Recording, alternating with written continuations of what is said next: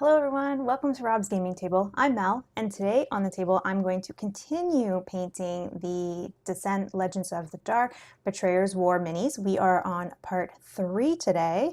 We're still tackling the enemy minis. So I have 4 skeletons that I'm going to paint up today, and after this we'll have just 2 more of the enemies before we can tackle the big dragon and the heroes. So excited for this one. These minis are very cool, very detailed, so we'll show them up close. I'll show you the image that we're working on, and we'll go from there in a few minutes. But I just want to say hello to everybody that is watching live. Welcome, welcome. Sean, hello, says today's play will make my day. Can't wait to relax, pull up a chair, and chill with my gaming family. Sean, hello. Not playing the game today, unfortunately, just still painting it.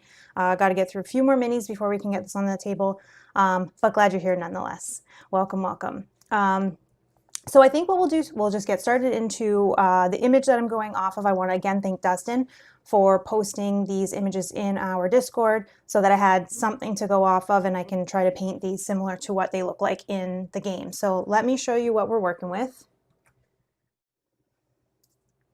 So this is the enemy that we're going to be painting today. There's 4 of them. Very detailed, very cool looking. Super excited to paint. I love painting like skeletons and undead kind of enemies, so I'm excited for this one. So these are the kind of colors we're looking for. Obviously bone colors, we're looking for some armor, some browns, and then we have that bright purple, which is going to really make that mini pop out on the table. So let's get down to the table and I'll show you the minis kind of up close. I'll put one on a stand and then I will show you.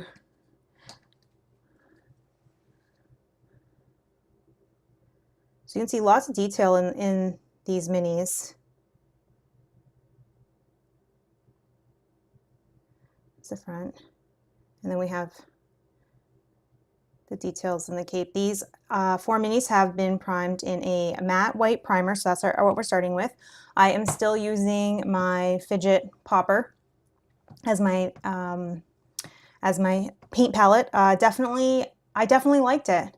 I definitely liked it. Yeah, all the paint came out. I mean, and even the paint that doesn't come out off, I can just like wipe it and it just comes right off. So yeah, I guess something about the material. So still using this and still enjoying this. So thank you so much for those of you that were telling me about the different palettes that you guys use, the creative ways to get your paint on your minis. Jacob, hello. These will be cool. Yes, I agree. I agree. Hello, hello. Ninja Art, hello. Welcome. Thank you for coming in and saying hello. I could be wrong, but did you choose a meeting past the break point? I don't. Is that normal? I think that was normal. Oh. If I can check. No, you might be right. Yeah. No, Okay. As long as you can see it. Okay. Yeah, just look. Alrighty. So for this one, again, we're going to do kind of assembly line. So we'll paint all 3. So we'll get the colors out one at a time and work our way through all 4. I think for this one, I'm going to start with the bone colors. Janet, good morning. Good morning. Glad the palette works for you. Yeah, I like it. I like it. Yeah, so I'm going to start with the bone on these guys. And for that, I'm going to use the pallid bone. I did not get, Janet, the vortex mixer that we were talking about. I need to do a little bit more research on like which one, but we definitely started to look into them. Rob looked into them. So I don't have that yet.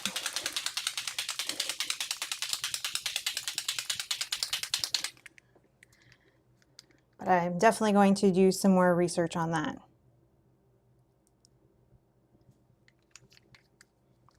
But yeah, I did like this palette as well. It's also much smaller, so it takes up a little less space on my little paint station, which is great.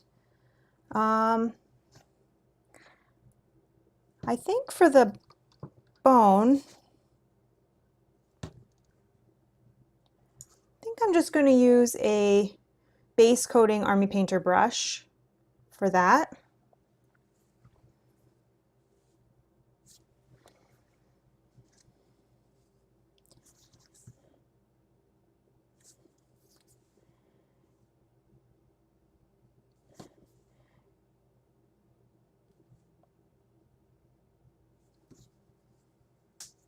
What paint set is it from? This is from the Army Painter Speed Paint line. So they have a couple different sets. They have like mega sets, starter sets. Um, you can also just go to your local game store if they have like wall stands and just kind of pick out a couple that you like. But I definitely like these speed paints. Oh my gosh, again, my hands are always shaking when I first start painting. I should have probably started with the cape to get my hands like warmed up. I always have like a little bit of a shake in my hands when I first start painting. I think it's until like they warm up and the muscle memory comes back.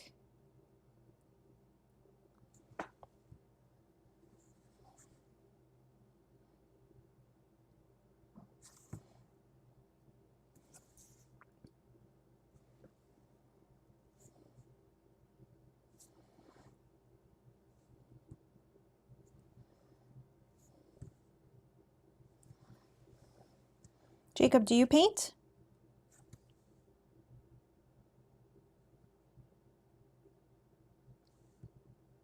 We'll be able to use some of the speed paint metallics as well to do some of the plate mail and armor on this guy.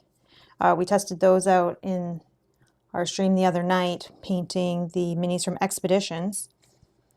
That was fun. Rob and I will be playing that on stream tomorrow.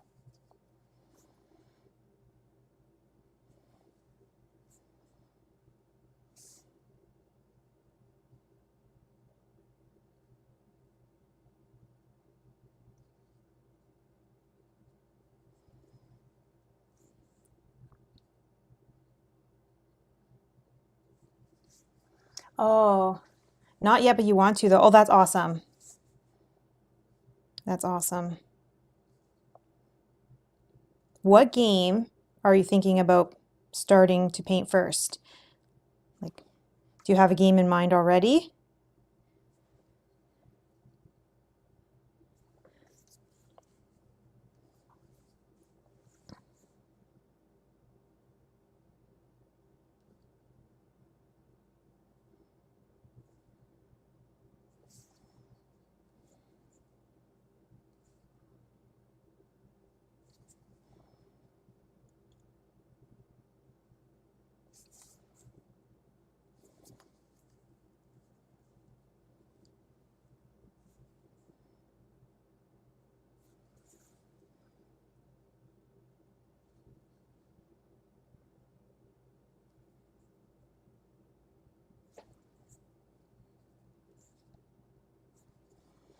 Okay, we got one more hand to do on this guy.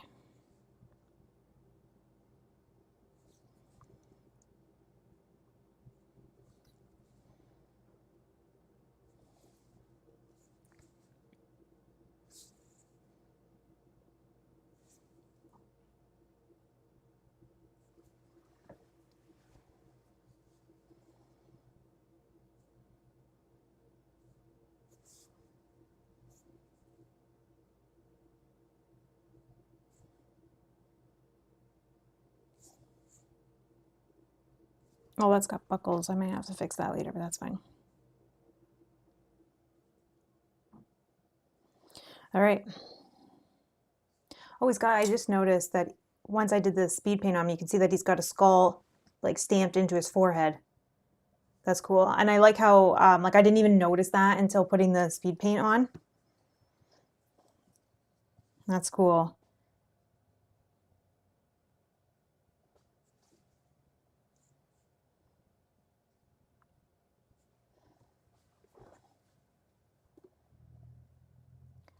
Oh, Jacob says, I'm actually paralyzed, but I have some agility. My painting would look pretty goofy. I'm sure it wouldn't.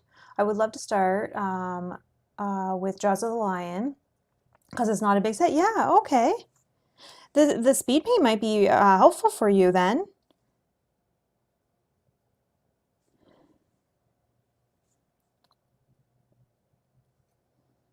We always say that they never look goofy. They always look better with paint on them than the gray blobs of plastic that you're playing with, right? So even if you did like a solid speed paint, like one color, it's still going to look better than the gray plastic.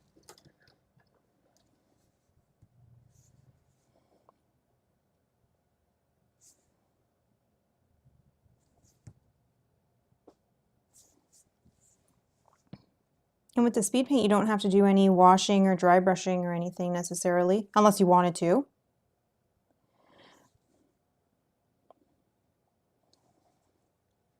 But all of the enemies that I've painted so far from this set, I have just used the speed paint, like one coat of speed paint, and that's it. No wash, no dry brush, nothing. Just getting them to the table quick so we can start playing. And that's what I like about the speed paint line, personally.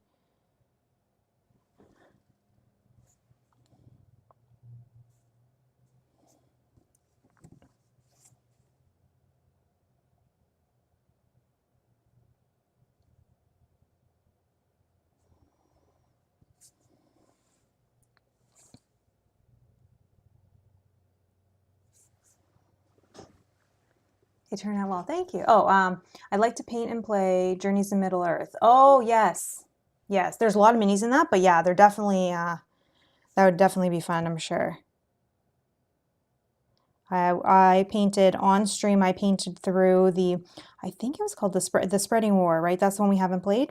I painted through all of those on stream. And we just haven't played that one yet.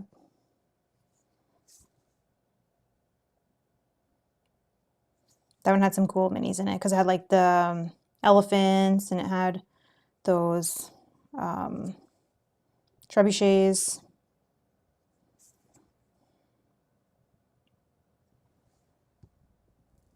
I love that game.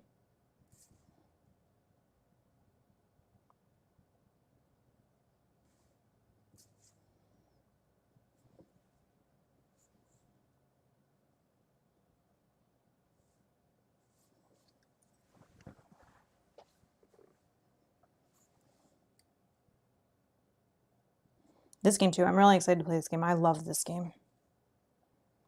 This one's like one of my top.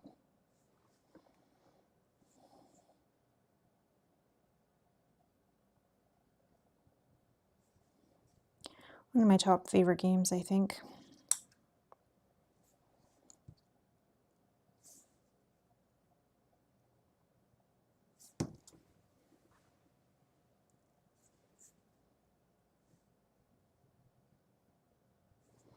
Okay. We got another bone ready.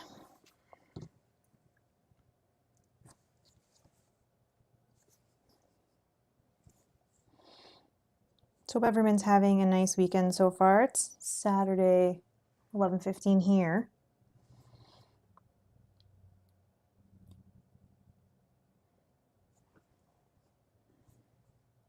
Is anyone doing anything fun this weekend? Playing any games? Painting anything?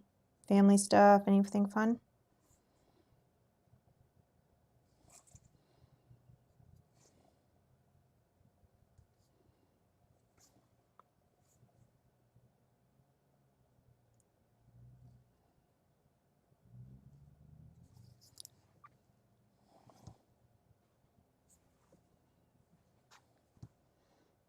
Just gonna add a little bit more. I really like this skull, so I really want to make sure that gets filled in enough that really stands out.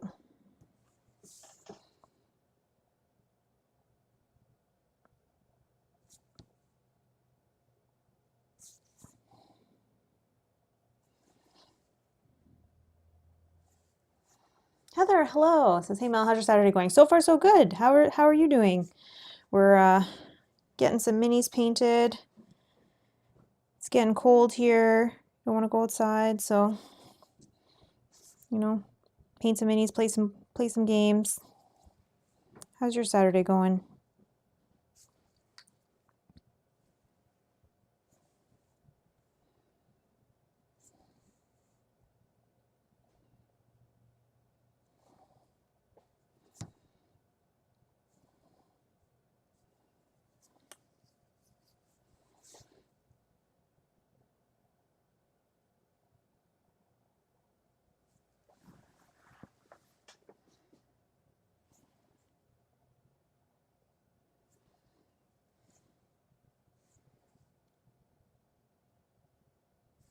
I do have to say too, I think these paint streams are really helping to get these minis painted faster than maybe I would have done them if I was just doing them on my own time, like, you know, on my lunch hours here and there and after dinner some nights.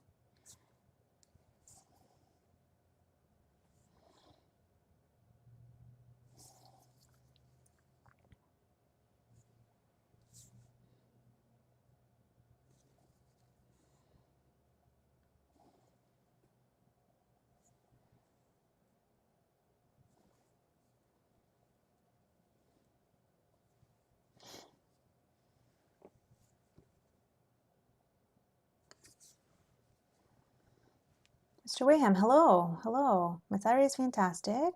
Finishing some stuff in the house, then have to finish building a doghouse. Oh, nice.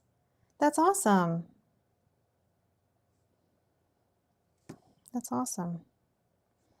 Yes, exactly. Hold me accountable. That's true. No, no, no. But I think it's well, one, yes, I guess scheduling the streams is definitely, as you say, I guess holding me accountable. But then because I want to do a couple, at least one paint stream a week, potentially two. I mean, I think we were doing two the past couple weeks because we're trying to get the game to the table eventually. It just gives me a little bit of motivation, I think, too. Brian, hello. How's it going? How far along are you? Oh, I was just munching on some jalapeno Cheetos last week for family game night. Oh, jealous. So far, so good. We have these four skeletons that we're painting today, and then we have two more enemies. I have these guys remaining. Look at these guys. Oh my gosh, eh? So I have these two enemies left after the four that we're painting today, and then we can get started on the dragon, which I think we'll do in a weekend stream, so that I don't know how long that's going to take. And then we have the heroes. Now the heroes, I'm not as kind of they're not I'm not as worried about those ones because we do have the heroes painted up from the original game. And these new heroes are just a different stance. So I mean, like, it doesn't really matter. We could technically start playing with those if needed. So I technically have these four that I'm doing today. I have the two that I just showed, and then the dragon. Those are like our main ones that we need to finish before we can start. And then the heroes, I will paint them and we'll go through those, but we just don't necessarily need those to be started before we can start playing. Also, jalapeno Cheetos, very, very good. They have these ones that are Walmart here. They're like a Walmart brand, no name, but they're like an all-dressed sriracha. Those ones are my absolute favorite, but I will go with the jalapeno Cheetos if they don't have those. You were the one, Brian, I remember. You were the one that even let me know that those are a thing. I think we were talking about spicy. I would love spicy. And you had mentioned those. And then one time when we were in the US, I just want to, this one just looks like it's not fitting enough. Then one time when we were in the US, I found them. I was like, oh, I have to try these. Oh, Heather says, so many unfamiliar names in the chat. Hello, everyone. Yeah, I think different people watch different games or different types of videos, which is awesome. That's awesome. I appreciate those that, you know, come and hang out and watch me paint. Yeah, I was seeing a couple new names last week. Also, every day, new people find the channel, which is amazing, right? So then we can definitely have more people live in our chats.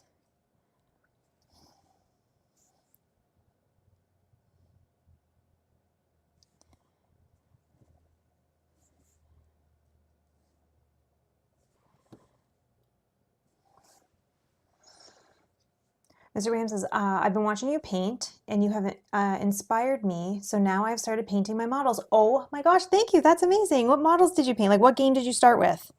Oh, that's so awesome. That's awesome. That feels so good. Put those Cheetos on some food pizza. Oh, Jacob says I usually prefer to lurk. Yeah, that's no problem. We have a lot of people that just kind of like watch and lurk. Maybe they're working or, doing other things. A lot of people that are like doing housework.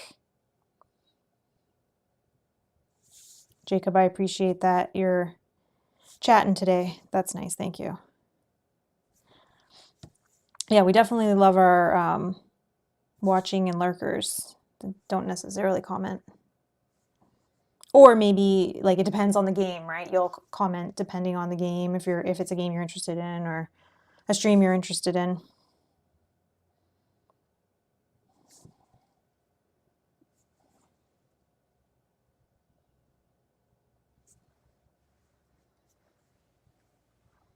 Brian says, "Are there new heroes in the next chapter?" Yes. I don't have them down here, but there's 6 new models. They all have, or they're the same characters, but they're all like grown-up versions, so they just have a different stance. And when we paint them, I can show the difference. Like I can have like a side by side of the one that was from the base game, because I have the base game sitting on the floor here. And then you can see the difference.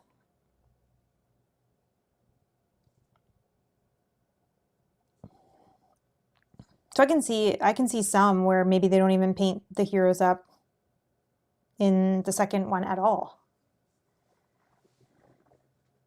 Oh, Yogi, hello, hello. You're not a lurker.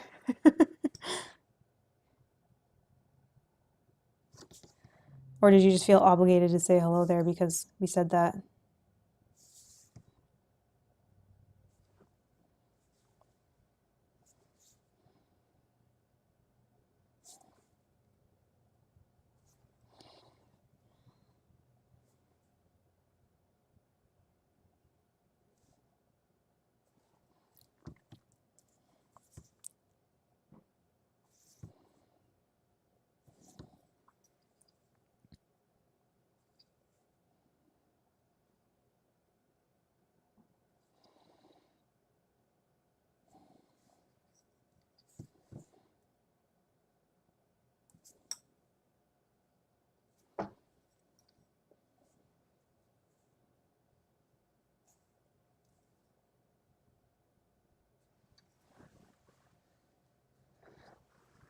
Toxify, hello. Alt weapon poses for the same heroes. Yeah. And I feel like yeah, that's pretty much what it is. So I guess you could, if you didn't want to paint them, you could just use the base ones, or yeah, I get you could paint them up and have options. Like, do you want somebody holding a bow or a sword? But I'm going to, when I start working on those ones, I'm going to pull them like side by side and we'll see the actual differences. And then I'll try to, well, maybe I don't know. Do I paint them like the very, very similar colors? I don't know. Probably.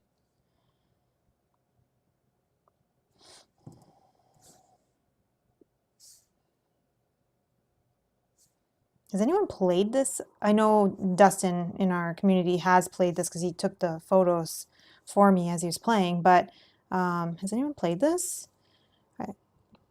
I know in a previous stream we were talking with Heather. I think you had mentioned about like the bugs in the game and stuff. I'd be curious if that kind of stuff is resolved or... Okay, so we have all of our bone done for all of our skeletons. So let me just actually grab this one because that one's probably more dry. I think we're going to go with the metals. I'm going to grab 2 different metal colors.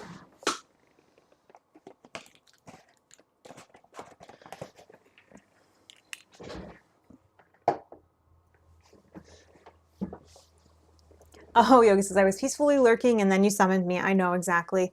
Okay, we're going to use this broadsword silver. I'm going to use this for the axe. And I just want to see it. Oh, where did I put the other one? Where did I just put that? Oh my God, I'm losing my marbles. Oh, I grabbed the wrong one, that's why. Okay, so I'm going to use two different ones. I'm going to use, so the axe and the armor, I'm going to do one color, and then he has, might be hard to see, but we'll put it up so you can, it'll be easier, but like around where it looks almost like a skirt, to me this looks like, oh, never mind. Never mind. Okay, we're going to put the image back up for one quick second. Like the enemy that I'm looking at, like around the waist, almost looks like it's like a chainmail kind of skirt. But this looks like it's almost like a fabric. So, okay, we'll do that. We'll make it like a fabric. So then instead, we're going to use that. I'll use a different color. I think I'm going to use like a bluish color for the clothing. So let's do all of our chainmail or our armor and our axe with this broadsword silver.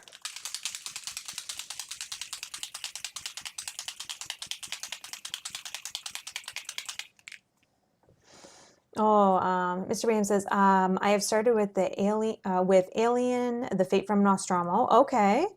Then you're going to paint Warhammer 40K models. Oh, awesome, awesome. Okay, awesome. That's great.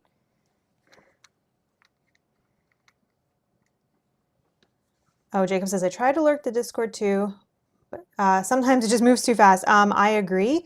100% I agree. Some channels more than others, but I agree. Sometimes it's hard to keep up.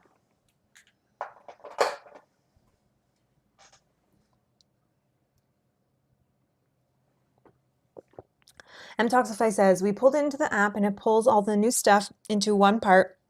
I haven't started part 2 though. I like the use of the stress poppers. I know, and then if I get stressed in the stream, I can just kind of like pop them out, you know? I'm just kidding, but I did buy 2. One circle, one square, because I wasn't sure kind of like what I wanted to use. Just gonna get another brush for my metals. I'm gonna use this one. This one is my metallic brush. What was I just gonna say? Oh yeah, we bought 2 because I wasn't sure. I got the silver and the square and the circle, and then my daughter was like, "Can I have one?" So she took the square one for now. I guess she's stressed or something.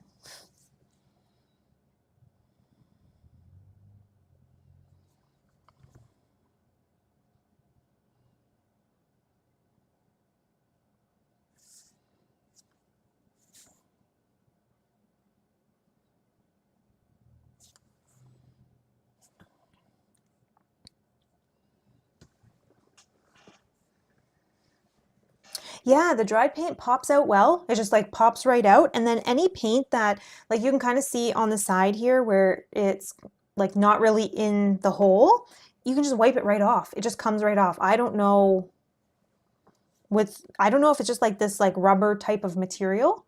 I don't know. It's strange, but it works.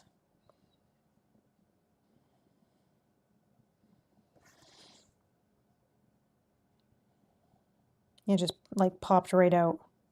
And I just like after the stream was over, I just ran it under the water. And it just like completely like yeah, completely cleaned it.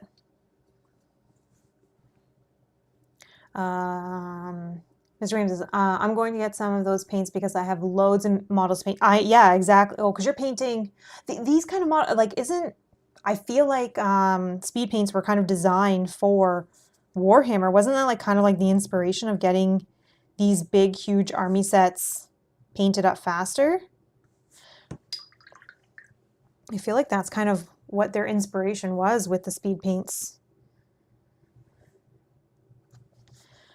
But then I take advantage of that same thing of like, okay, this brush is not doing it for me. Like, it's like a scissor. Okay.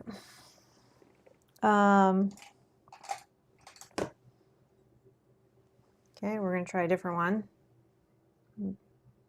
Size 2. Hopefully this one's not going to split. I got to throw that one out. It's driving me bonkers. Yeah, so then I start taking advantage of, like, I have a lot of minis to paint as well for to stream. Got a lot of games to play.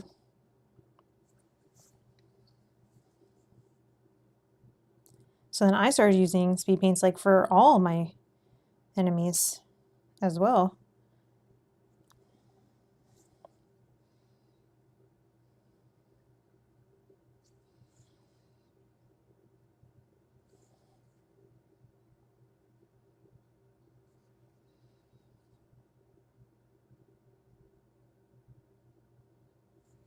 Okay, what is going on with these brushes? I need to put those there so I don't use those ones again. Okay, I'm gonna try one more.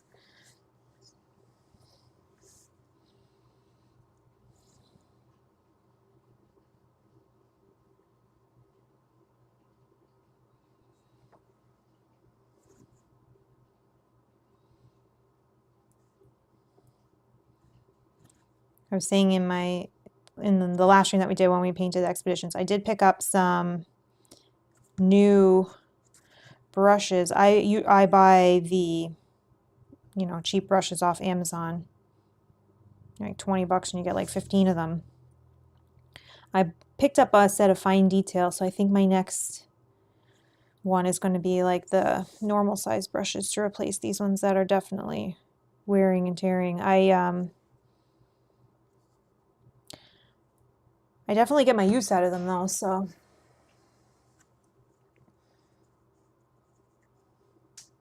Yeah, Toxify says they're great to have in your repertoire for sure. Yeah, I don't think I think it depends on what you're painting. As I said, we try to get the games painted up quick, table ready, so when you guys are watching from a bird's eye view, you can see the mini, you can tell who's who, just adds to like the game, but this is not necessarily the paint I would use if you're going to go like in a competition or, you're displaying them necessarily. I mean, maybe some.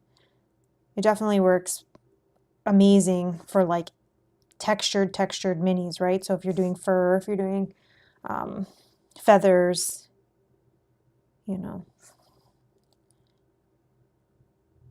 But for me, I'm just trying to paint fast. Oh, I shouldn't have done that part in this, but that's okay.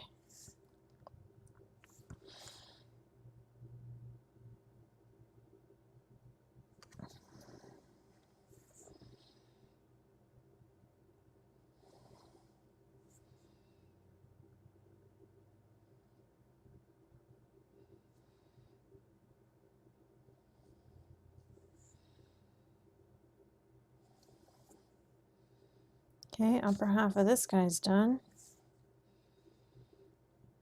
This part right in here should have been that purple.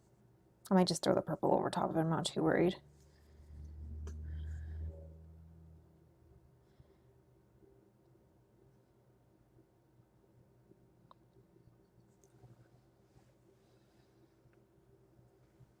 And Toxify says, but even as a base coat, they're great, and you can build layers on top if you want to go further. I use scale 75-ish range. Yeah, you're right. You can use the speed paints as like your base coat, and then you can do things and like layer over top of them and wash and dry brush and like all that stuff.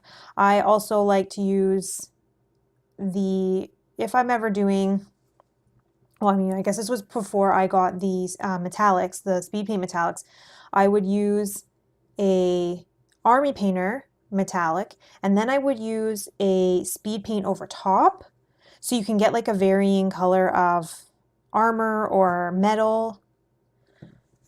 So you can use them like in different ways, which is very cool.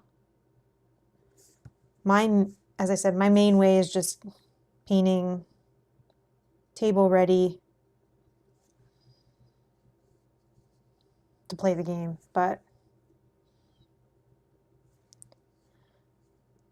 I'm not a pro painter. I just do it for fun.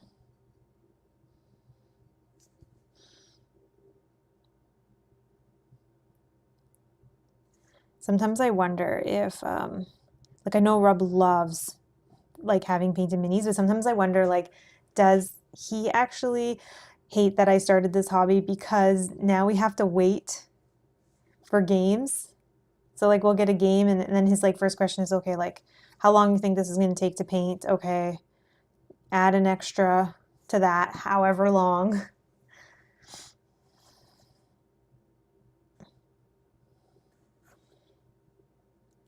So it's like a double-edged sword, right? It's like you love to play with painted minis, but the time that it takes to do it.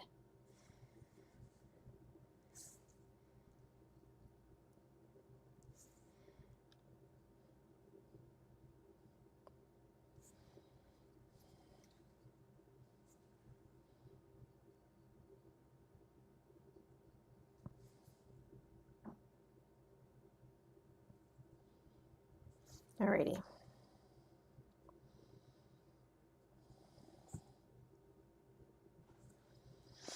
So this is our metals.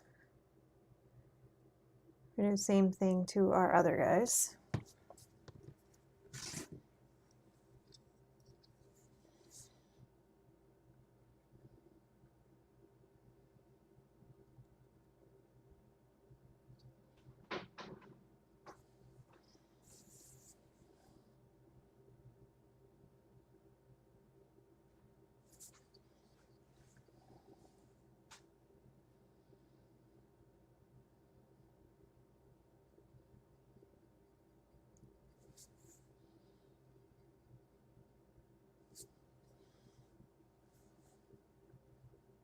Dan, hello. How's it going? I feel like it's been a while since we've seen you. How's it going? I used to use the Citadel paints to try and make the models look like the ones in the Games Workshop store, but I couldn't paint like that. Hey, it doesn't matter. You don't need to paint like that. I see images all the time, like when I'm searching for an enemy that I want to paint, and I'm like, oh my gosh, I wish I could do that. But I think, painting in practice, one day you may be able to. For me, like one of the things I would love is to be able to do like light reflection better. Um, that's what I would, yeah, that's what I see, and I'm like, oh, so jealous, so jealous. Oh, Dan says though, the good thing is that your paint job is worth the wait. Mel is a pro painter, hashtag. Oh, thank you, Dan. Thank you. Definitely not, but thank you. Thank you, thank you. Dan, you're a very good painter. As I told you, but I used your inspiration for what game was it? What game did you post? Was it Oathsworn? That you posted your photos in the Discord and then I used them? No, it wasn't that one. Oh my gosh, I know you know. Oh, Witcher. Yep, you posted your Witcher minis in the Discord and I used them as my inspiration. You're a very good painter.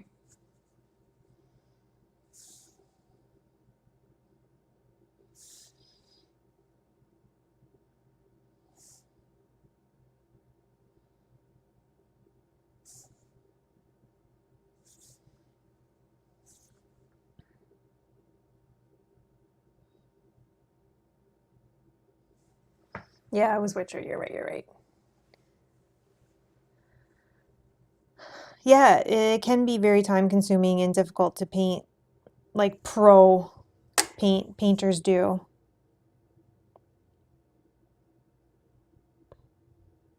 And when you look at your backlog of games that you need to paint or your backlog of games you just want to play, you kind of have to say like how much time do I want to spend doing the painting? I mean, that could be your number one hobby, right? Like maybe you buy these games because the models are so cool, but you don't play them. So then, okay, the time doesn't matter because the painting is the hobby. The issue comes when when both are the hobby, right? The painting and the playing. And trying to say like, okay, how much time am I going to spend painting this versus how much time am I going to spend playing it? Am I going to spend hours and hours and hours painting a game I'm going to play one time? Maybe.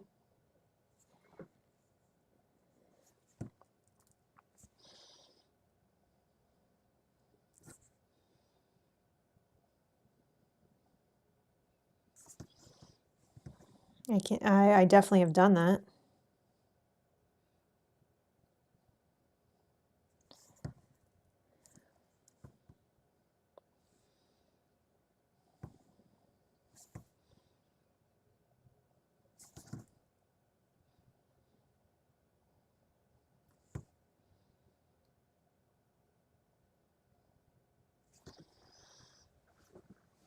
Oh, Sworn is a Beast. Did I paint it all? No. I painted, so whatever episode we ended up playing until, that's what I painted till. Or yeah. Yeah. Um because we didn't play through all of it, and I was going to initially I was going to paint the whole thing and then we were going to start playing it. Obviously that would have taken forever. So then Rob was like, "Oh no, just, paint as we go." So I was like, "Okay." I'll paint, the heroes I painted them in the difficulty order. So I don't even think I painted each hero, to be honest. Can't remember exactly. But I started painting them in difficulty order. And then I painted any enemies that were needed for multiple scenarios. So like there was some that were like symbols. I painted those. And then I painted each box before we played that episode. So I would say, I feel like we played what, like seven-ish episodes, nine, something like that. So I've painted that many bosses, and then all of the basic enemies that kind of like come out multiple times that were like the symbols. And I did paint the Brood Mother on stream. Did I? And I may have painted some of the characters. Can't remember. Can't remember.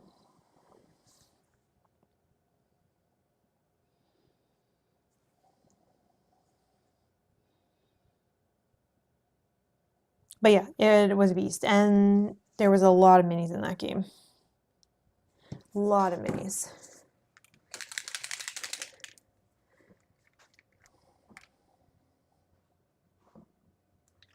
Yeah, Dan says time equals quality for sure, but when you use it as therapeutic, cathartic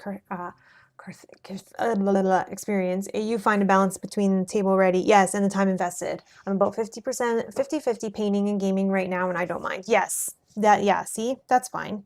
Yeah, if you're using it as like, okay, I'm gonna paint, this is my time to relax and chill, which now that I'm doing this as a paint stream is definitely the case. Like, I don't feel necessarily like rushed. I am excited to paint and stream, and like maybe it's because I feel like I'm not doing it by myself anymore either. I'm like, I have a group of people. That always makes things go by faster. I don't know.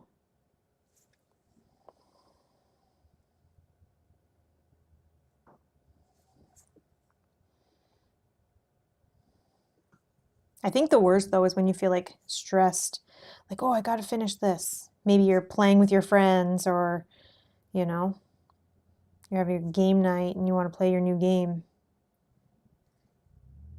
So you feel like stressed to paint it.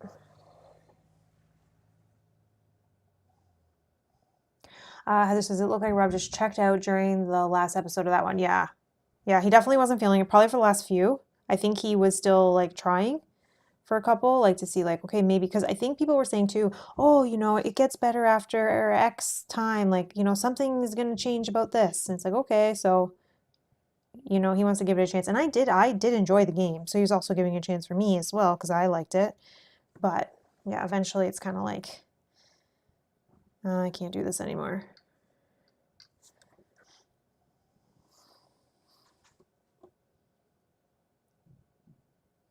But we gave it a shot.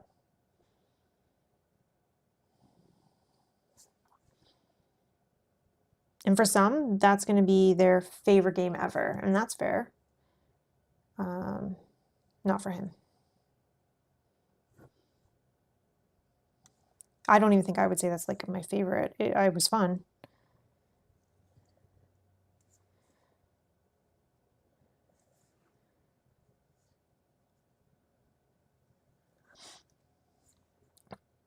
Speaking of favorites, I feel like it's so difficult to actually say like what is your favorite game.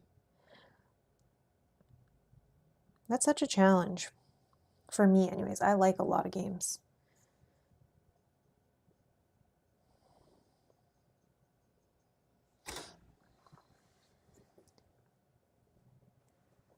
Jacob says, one of the first games I ever backed was Iridia. It hasn't come yet, but I remember it comes with pre-painted minis. That was a big bonus for me, I thought. Oh, nice. Yeah, I remember that game. I can't remember if we backed that game actually or not. I feel like we may have. I don't remember though. That one hasn't come yet. Yeah. I don't remember when even it was supposed to, like, I don't, my frame of time is like off. Like, I feel like that was a long time ago, yeah. Rob should sit next to me and keep me company. That's the least he can do? No, no, no. That's okay. Rob has other things to do.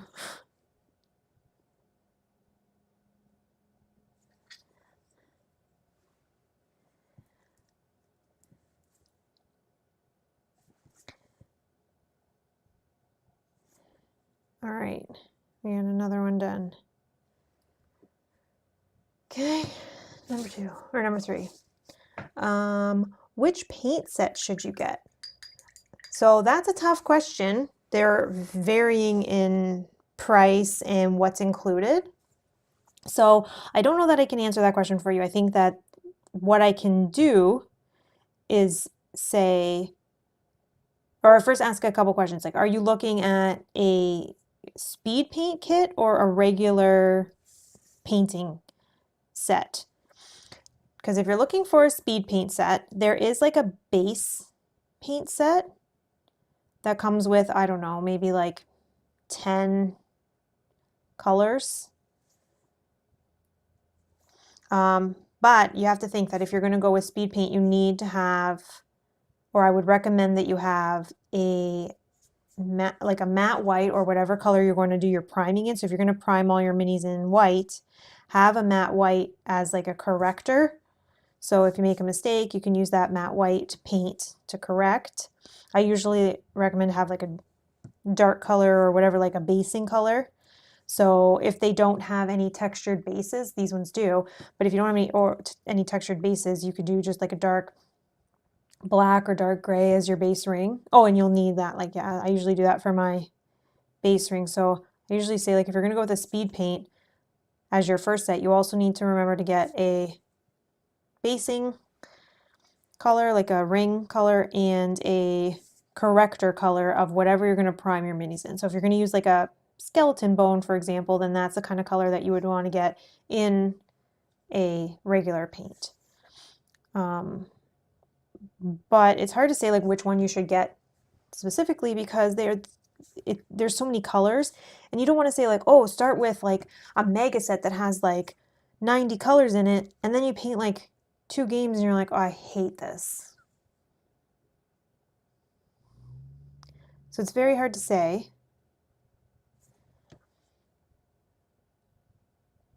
But what I can tell you what I did, again, because we weren't sure if I was going to stick with it, is I like the Army Painter.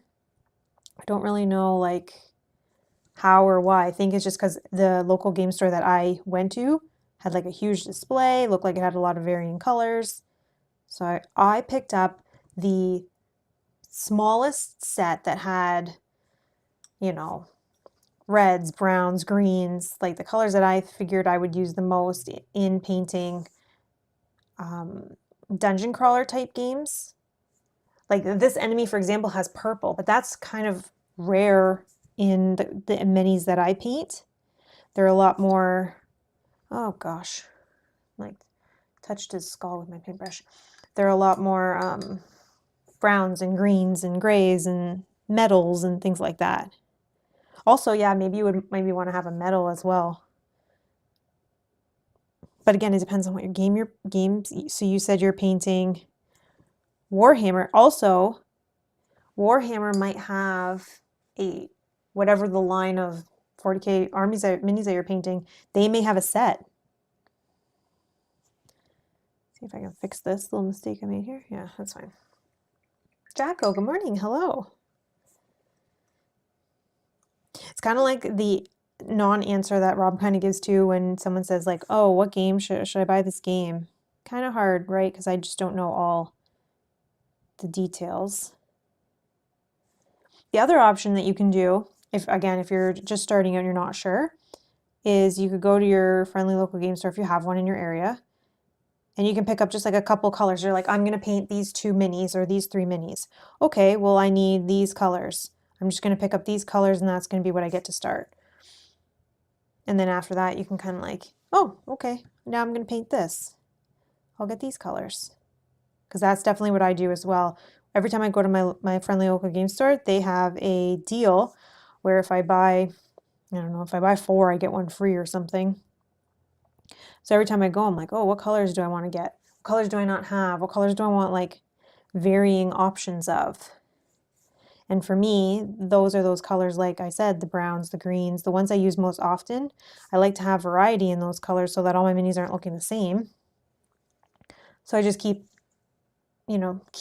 adding to my collection.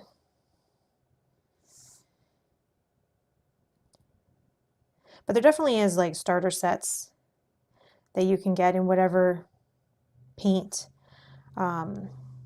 company you like.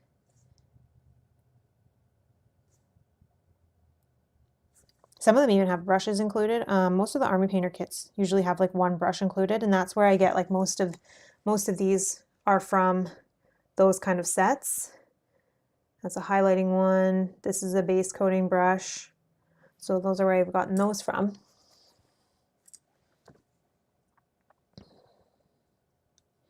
So that also helps you in increasing your supply collection as well.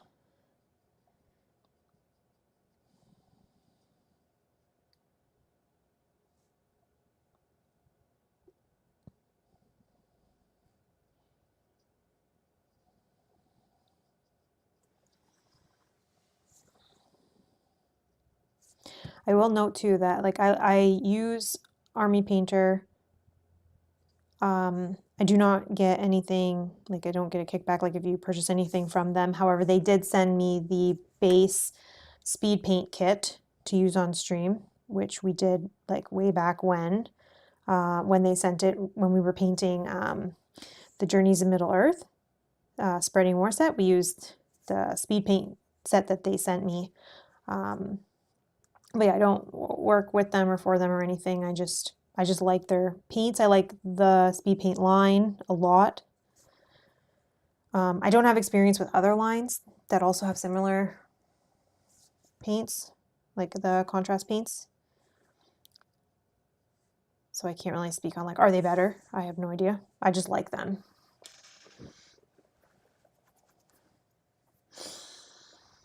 Thinking of the oh, this is from Heather. Thinking of the campaign games that you and Rob have played and decided to stop, Madara, Oathsworn, etc. I hope you're not just storing those behemoth boxes in your house.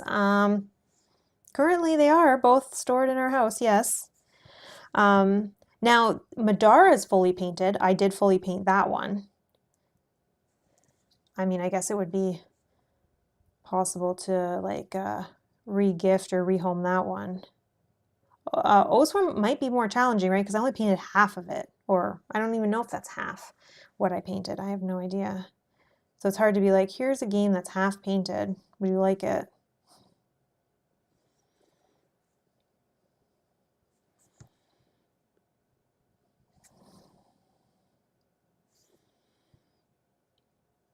I know that's one of the things that Rob and I talk about all the time is like clearing out old games that we don't think we'll go back to, but I guess you never know, right? Like maybe we would. I don't know.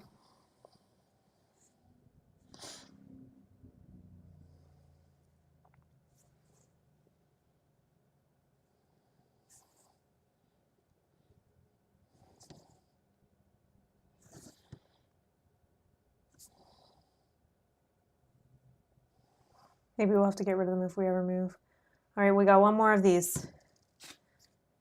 One more of those. Yeah, and Jacko agrees and says the starter set is pretty good and versatile. I agree. The starter sets usually are pretty good. They're versatile, as you said. They have lots of like basic starter colors that you might need. Yeah.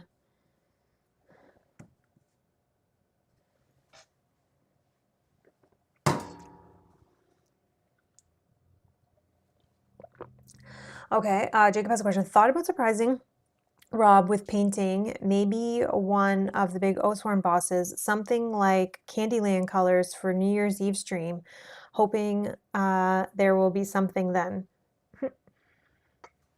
I never thought of that.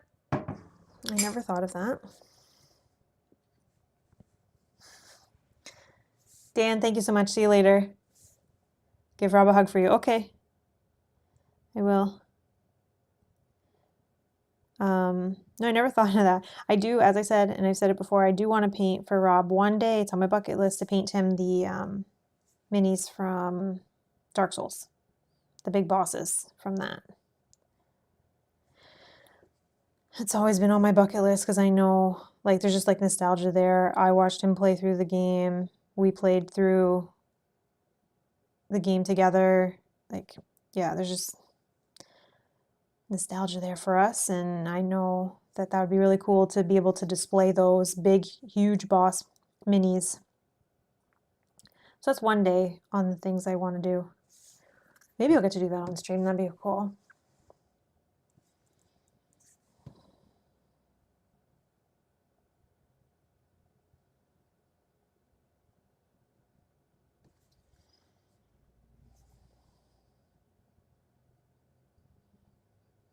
I feel like I'm not where I want to be as a painter before doing that, though.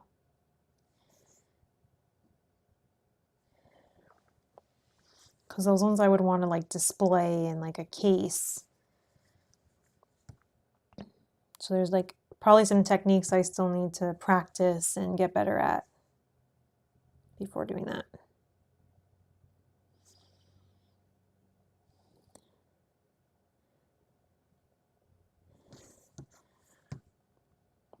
Oh, the other hard thing about like surprising Rob with a painted mini is he does all of the pre stuff for me. So he takes all these minis, he primes them, he gets them all ready for me so that I just have to like sit down and paint them. So he would definitely know I was working on something because he would have primed it for me, got it all ready.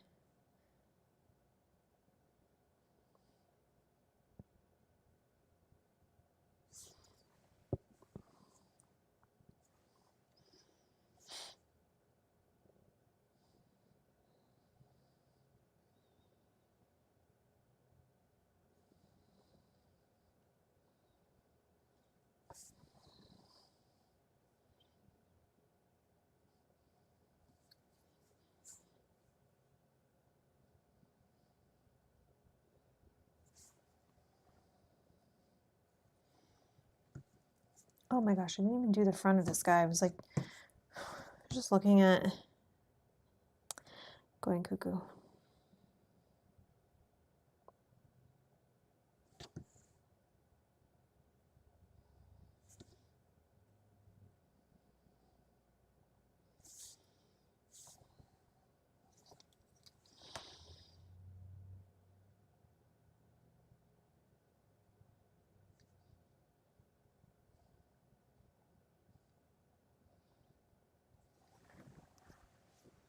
Yeah, it is hard to keep secrets that way. I'd have to, maybe I'd have to learn how to like prime it myself.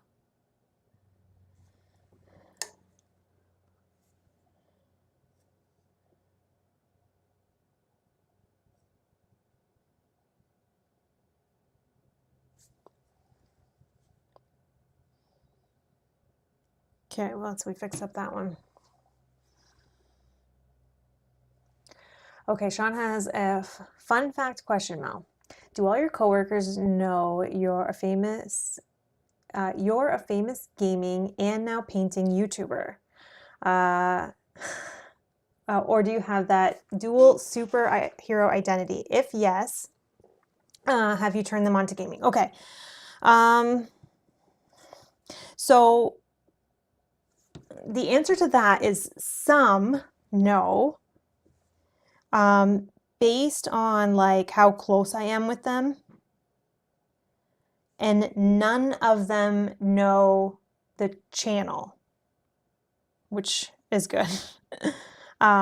So I have like obviously like people that I'm closer with at work. Those people know that I paint, and I've showed them like pictures, like when I take photos on my phone and stuff, I'll be like, oh, look what I painted this weekend, whatever. And they know that I stream with Rob and whatever, and we play games. A couple of the people that know that they also play games. We never played anything at work or anything just because it doesn't really fit with, like, not everybody takes lunch at the same time and whatever. So, yes, so some people know, but I think that they think it's like a little like a hobby, which I guess kind of like it is for me, where for Rob it's his job. I don't think that people like fully get that. And I don't really go into all of that. And nobody, as I said, nobody knows a channel name. And the good thing is I go by Mel on the channel, and I go by my full name, which is Melanie at work. And because of the channel being called like Rob's Gaming Table, if somebody is just searching from my work, me, as my full name, like my first and last name, you won't find the channel, right? Because that's not connected to me in any way. So I've had one of my coworkers, who I'm very friendly with, has said like, I spent the whole weekend trying to find your channel and I can't find it because they don't know what they're looking for. And I don't specifically say like, oh, we played this game on stream last night. Like I don't talk like that, so they wouldn't be able to like search by the game. The other thing too is I think that the few people that know that I play games, I don't think they realize, like they don't necessarily know when I say like Gloomhaven, nobody really knows what I'm talking about. But if you said like, so one of my coworkers said, oh, we played Codenames with my friends. Okay, well, we don't stream that kind of stuff. So if they're looking for that, they're not going to find us. So it's kind of like a half and half. They know that I do this. They know that I paint, and painting, I've definitely, shown pictures, been like, oh, look at this. And like, you know how you do those like, oh, fun facts about me at work and things like that. If you're ever like in a meeting or whatever, you have to like talk about yourself. I will say that I will paint because I'm definitely proud of it, and I can definitely show images of like, oh, look what I painted. And then some people even look at an image and be like, you painted that? I'm like, yeah, I did. And they're like, so I'm like not embarrassed at all to say that I do that. But like I don't need everybody from my work coming to our stream. Not that I would never be in trouble. I don't talk inappropriately. I don't swear. I don't do anything that would get me in trouble at work. So like I wouldn't be embarrassed per se. I just don't necessarily need that. And nobody's really pried. Nobody's like really like been like, if they say like, oh, what's your channel name? I'd be like, it's fine. You don't need to check it out. And nobody has ever been like, oh, like how many subscribers do you guys have? Nobody, like, I think they just think it's like a fun little thing, which it is a fun thing. But so it's like weird.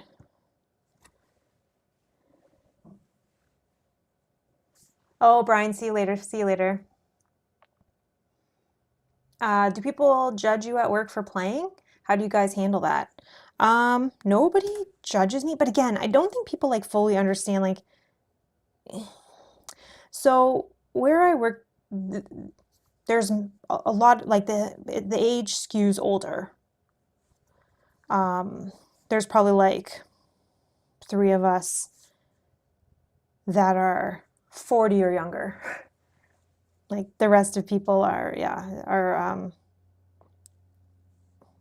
the rest of them are like, I would say like 50 and higher. And I don't think they fully get it. Like I can't, so they don't judge me because they don't really understand. But if I say I play games, like, okay, they just think like, oh, you're playing Monopoly with your family, you know, Scrabble, whatever, sure. So, and then the whole YouTube thing, they don't really get that either. Like, so it's not something that really is talked about too much.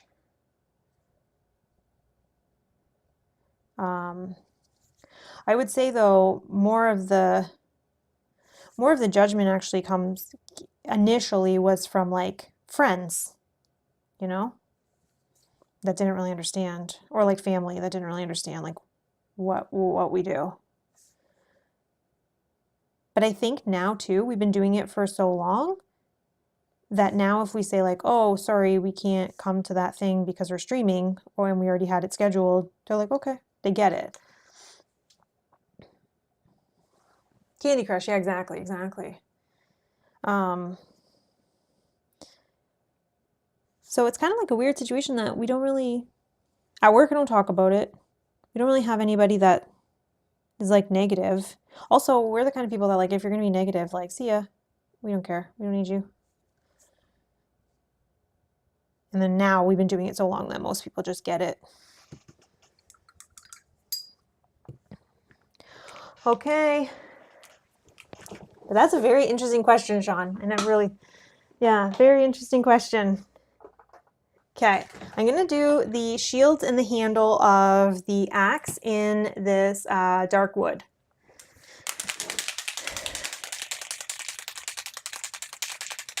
Oh, Mr. Williams says, I just looked online and I'm going to get the speed paint starter set because I'm useless at doing highlights. Okay, so yeah, if you're going to do a speed paint, as you said, you're getting the starter set. I would just, whatever paint you're going to prime, I would get like one. So for me, I prime everything in matte white. So I have a matte white. This is my corrector. So if I make any mistakes, I can use this to kind of like touch up and fix any mistakes. And then I just use a matte black for the ring around the base for most of them.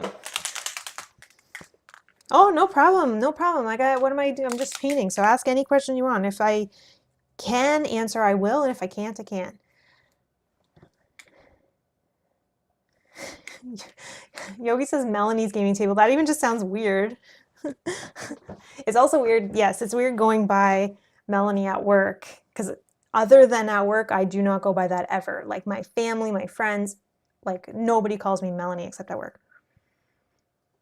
And like three, as I said, like the few people that I'm more friendly with, I'm like, no, you don't need to call me that.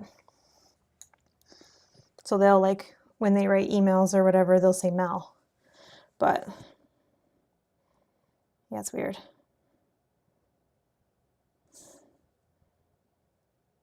I probably should have just like, when I first started there, I probably should have been like, oh, you can just call me Mel. I never did.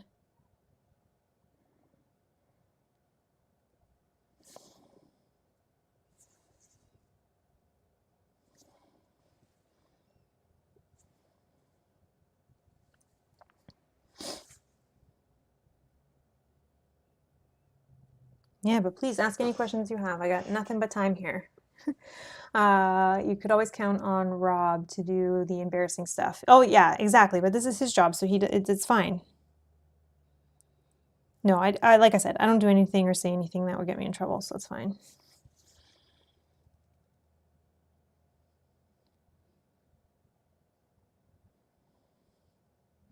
How I act on stream is like how I act at work, so like it's all good.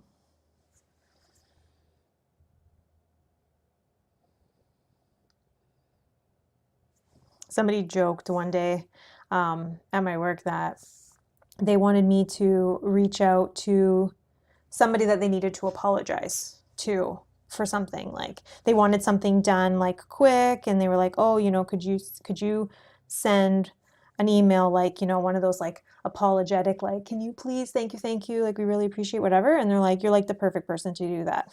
I'm like, yeah, I know. Because I like say sorry, and I'm like,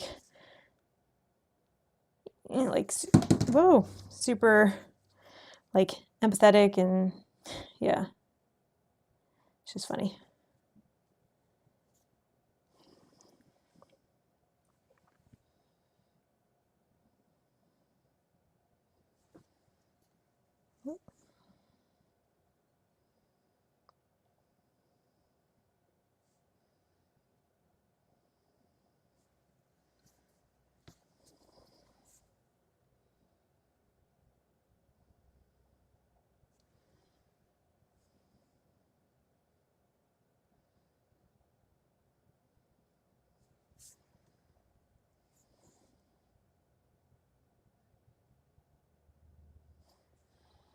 I think actually, Sean, speaking of your question, at my old work, I don't think she was ever on stream, but one of my friends who I met through my work, she used to come over and play board games. Like when we would do like those bigger board game nights, way back in the day.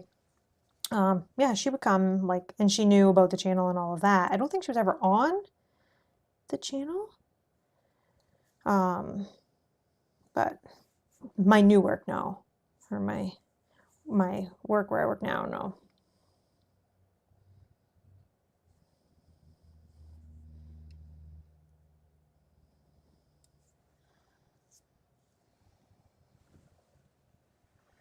I admire that you both are on the same page with so much, it seems. Yes, yes, we are. We definitely are like we're definitely like a team. You know what? I'm gonna do this outer ring in a different color, I think. Looks kind of cool. So we'll just do the inside. Even though I'm making a mess of it.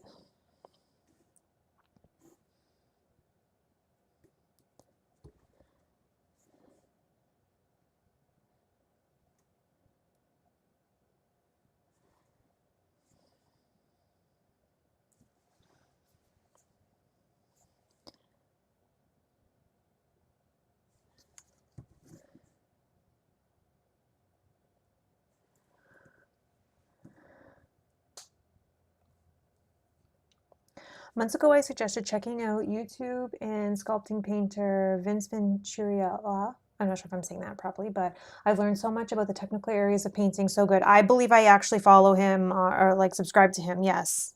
Don't watch everything, but I definitely have seen some. Yeah, he's very good.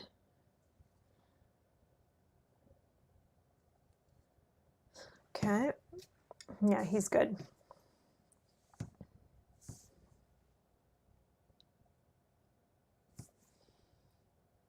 Yeah, it's like the technical stuff that I don't know.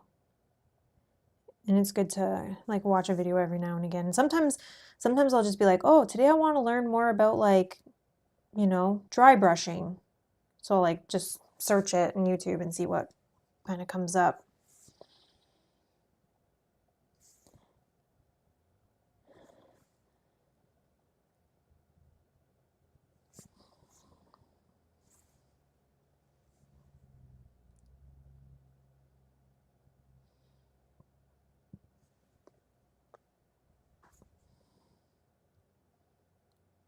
There's some definitely some very, very good painters out there.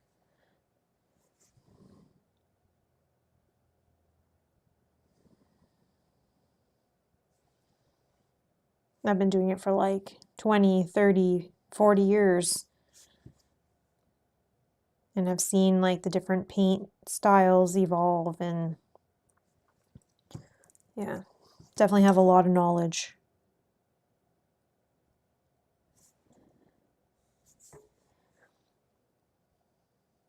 For me though, I think I do a lot of like just trial and error where I'm like, oh, let's just see what happens if I do this.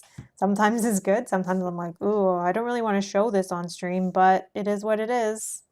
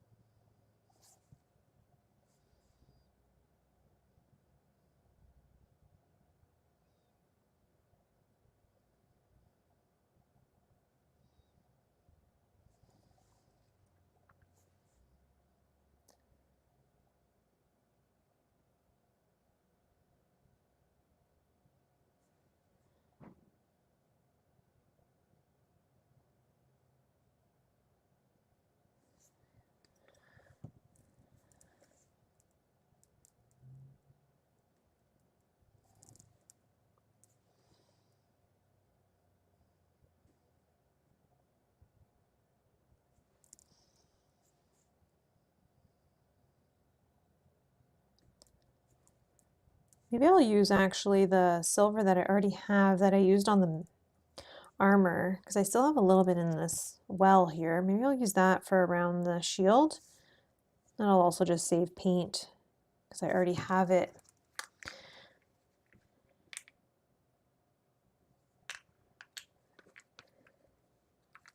I already have it in my well, so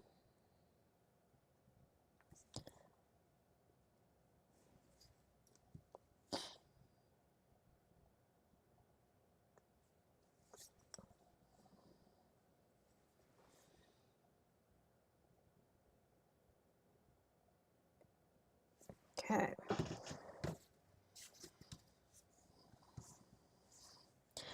These guys are coming together.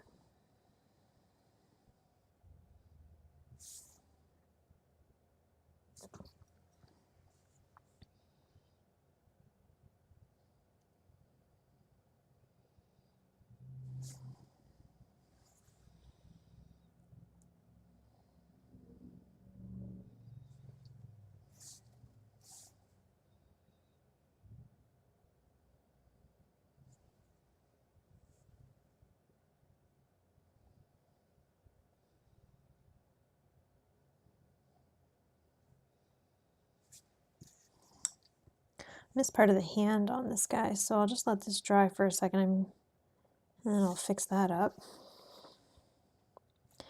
Just missed like the inside here.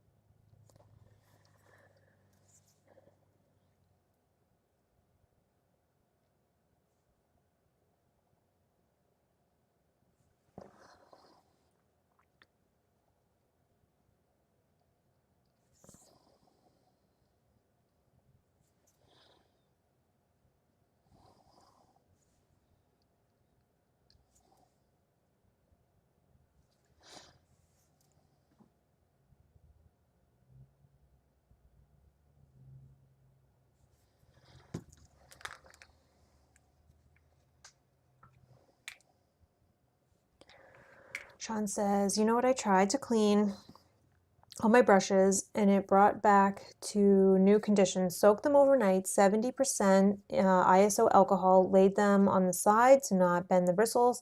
Caution to cheap handles.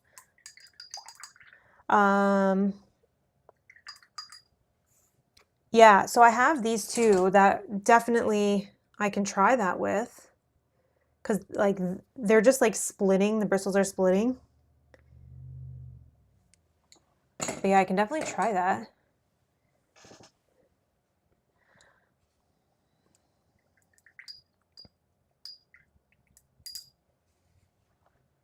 I remember when I was a kid using metal minis. Does anyone still make those? I don't know.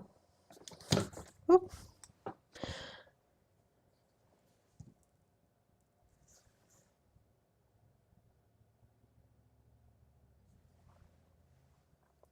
Yeah, the Poppet palette was something that someone said that they used on a previous stream when people were kind of just talking about the different things that they use. So Janet, who mentioned it, and then we thought, okay, we'll try. I like it. I like it. Cleans up nice.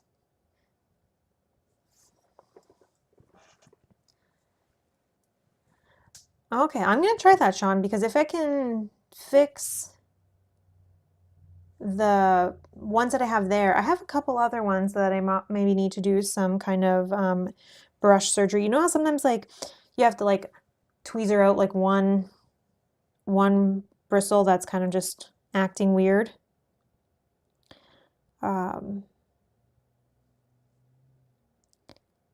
But maybe your suggestion here will work. All right, we got one more.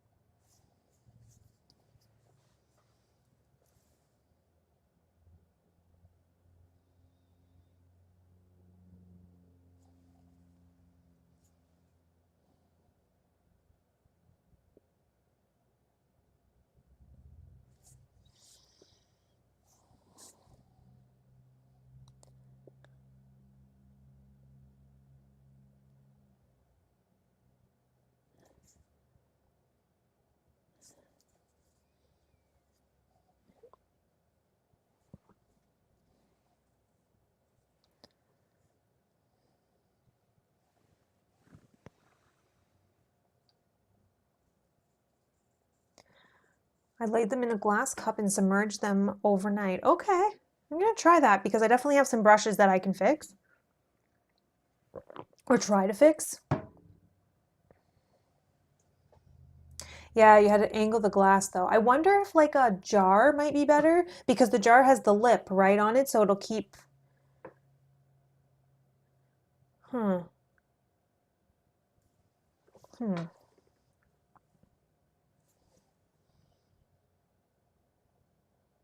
Yeah, because you don't want to lay them like so that they're in like flat like this, because then it'll bend at the bottom.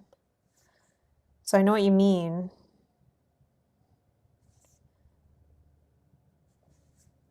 And how often would you say you do that? Just when a brush starts to split? You know what it is? Honestly, what it is when I first started painting, I didn't really realize that if paint got into this part, it will start to like it dries inside here and it starts to separate. I didn't realize that when I first started painting. So I definitely ruined a bunch of brushes just not realizing that, especially when I would use like these little tiny, like look how small those are, right? So if paint gets in there, it can cause a havoc and then ruins those brushes. So I definitely ruined a bunch of brushes just because I didn't really realize how to take care of them.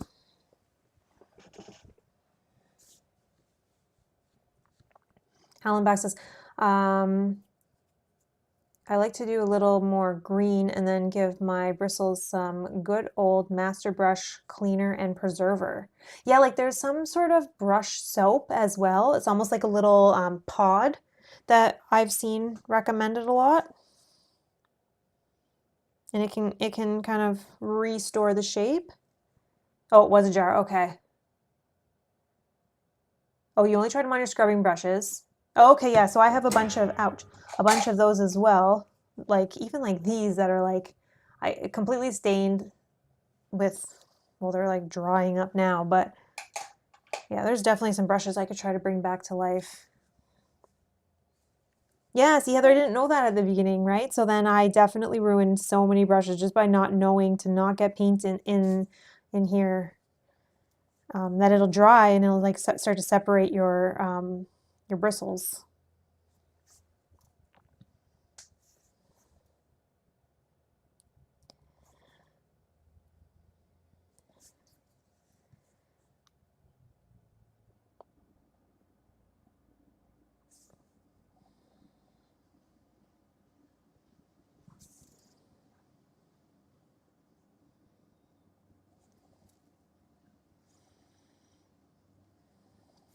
It was funny too because I didn't realize why that was happening for so long. I think I then watched a video like, how do I fix this? Why are my brushes all splitting? I was like, oh, don't get paint there.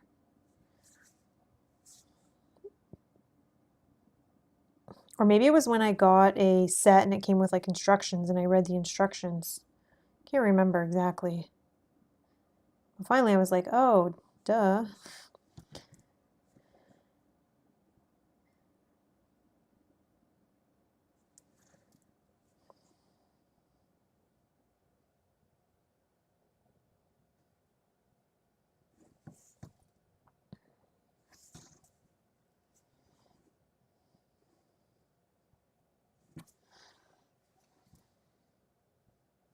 Oh, Master Brush is great, but I was lazy that day.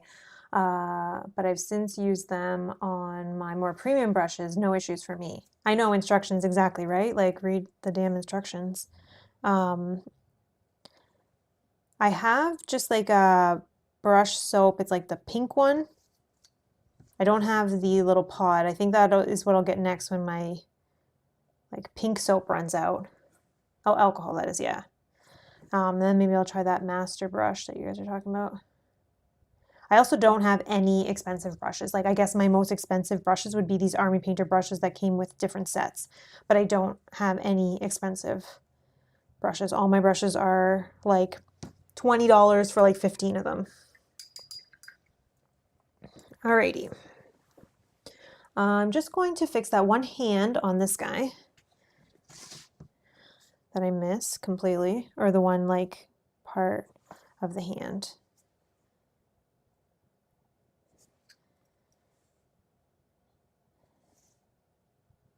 Okay, and then just going to use that same silver that I already had in my well left over to just go around this ring here.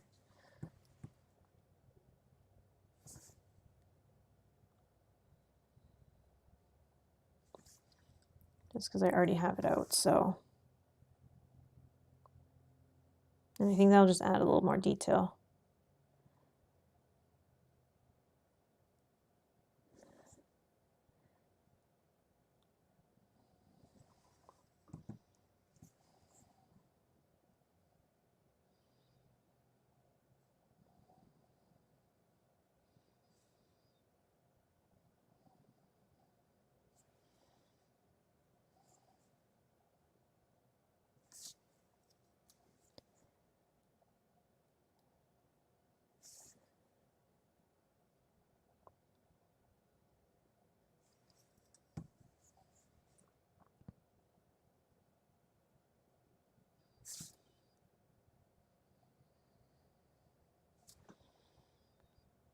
Okay.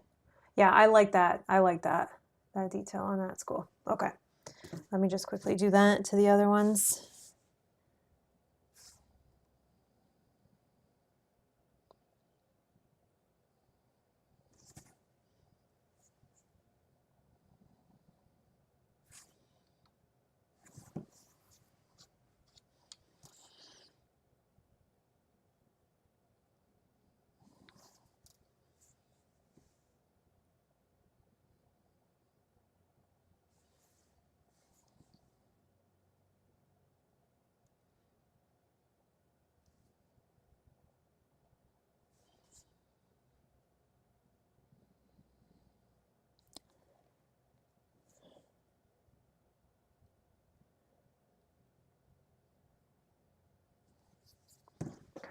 And I did not have enough paint, of course.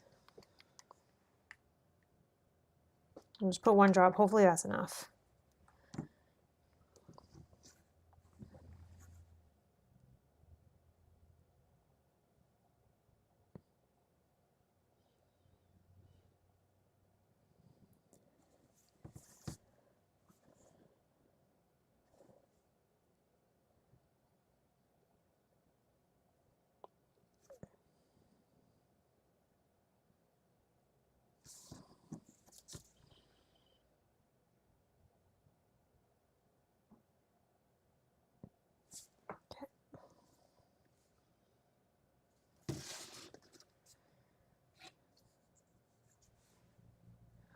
Oh, you could have put a small drop of black or gray into the silver to darken it a little, unless you plan to shade it after. I don't know if I plan to yet. I'm not sure. Sometimes I like to see what they look like when they're dry, and then decide if I need to add something to it. For these ones, I've kind of just been going, like, not to say basic, but kind of, like, I'm not really doing much extra, just kind of doing like a base coat of speed paint, and then that's it, unless it needs something. So we'll see when it dries, if I feel like, once it's dry and done, if I feel like the color doesn't work, I can add a wash to all the silver. Especially if I think it's too bright. The one thing too, though, is, and I'm not sure if Rob's ever said it on stream before, but we like to kind of paint our minis slightly brighter if possible, so that they actually pop up and don't like blend into the background of the stream of like the mats. I don't really know. I didn't look at the tiles and the color scheme so much of what we're going to be playing on, but a little bit of a brighter silver is not always a bad thing when we're playing. Like, maybe it doesn't, like, I don't know, maybe it looks too like new, but on camera it pops it off of the tile better. So I'm still not sure what we'll do, but so I'm not sure how detailed I want it to be as well. We'll see. Yes. Realistically, you don't see skeletons in new armor. No, I fully get what you're saying here. Yeah, they're not wearing like new shiny armor for sure. So, I mean, maybe we can put a wash like to darken it, like dirty it up a bit.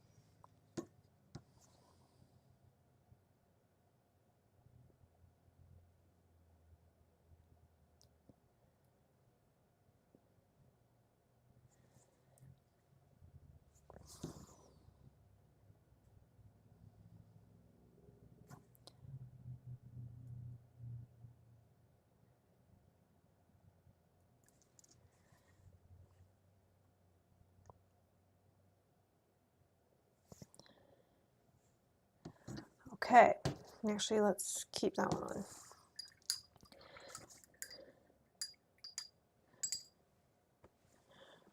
Alrighty, we have our cape, and then we have our, I guess, clothing underneath.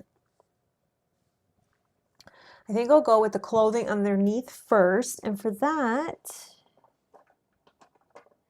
I need that. I have like a purple, or no, I have like a blue that I want to use. If I can find it, this one.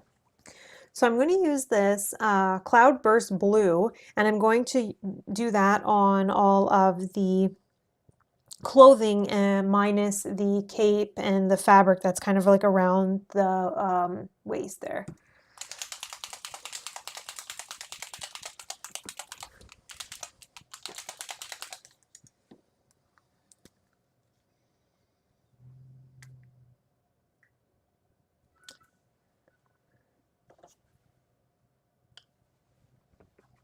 Demi, thank you so much for subscribing. Welcome, welcome.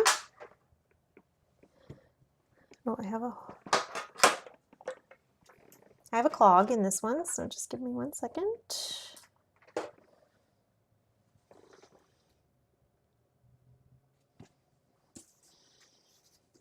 Just have my little pin that helps me when that happens.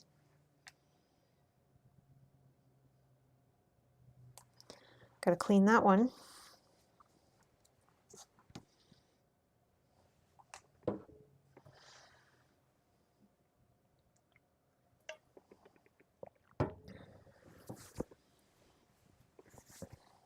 Okay.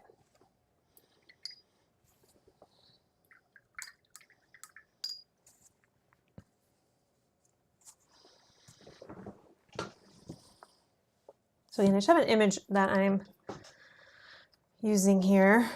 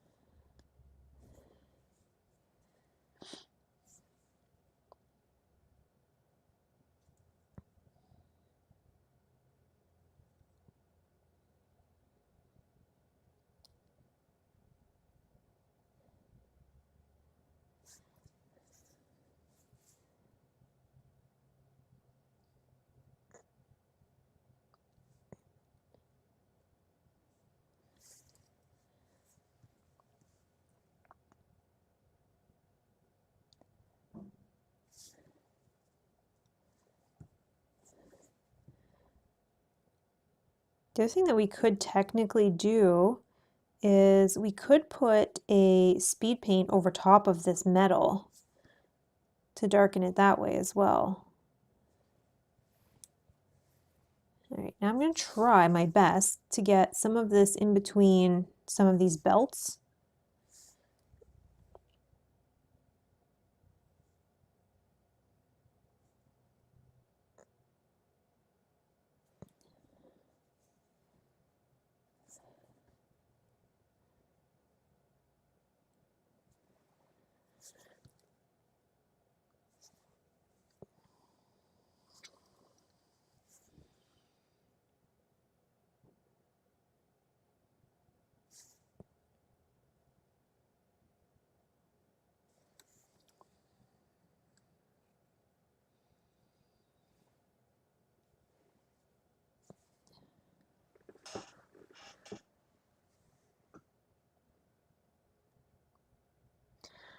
Jacko says, I'm behind on the heat stream, but did you at least beat the green car? Do you want that spoiler? I don't know. Do you want to know that? I think you should watch it actually because it does have an exciting ending, I think.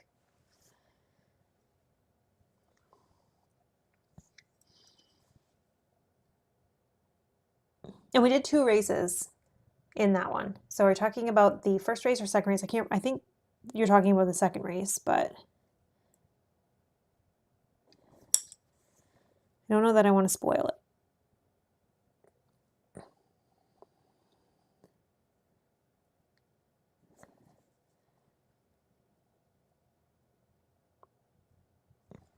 But it was fun.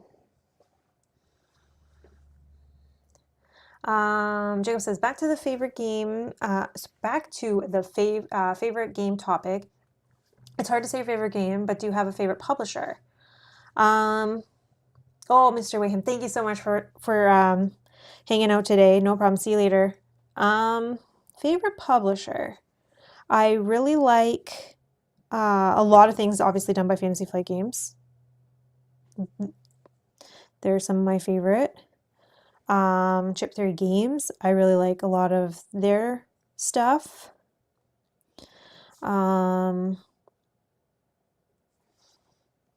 Personally, I like a lot of stuff from Roxley Games. I think those would probably be my like top. But there's probably others like smaller publishers that I can't think of at the moment. But I think like Fantasy Flight definitely makes like some of my favorite games. And then like Chip Theory right behind them.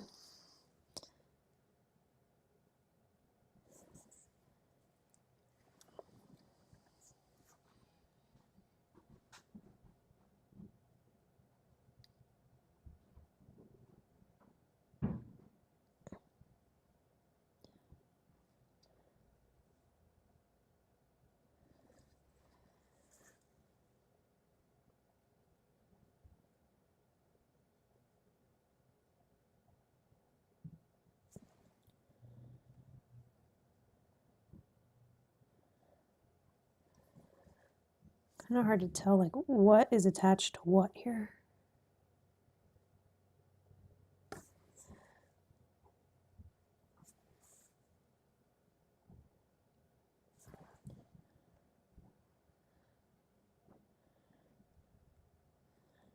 Yeah, we could use this blue and we could go over some of that armor in that blue color,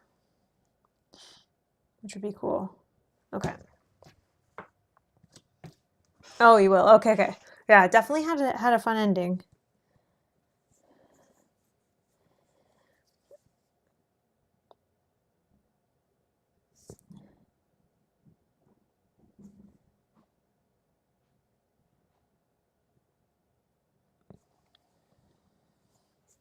We played 2 races in that heat game, and then we're going to play 2 races in the next one. We're doing our championship series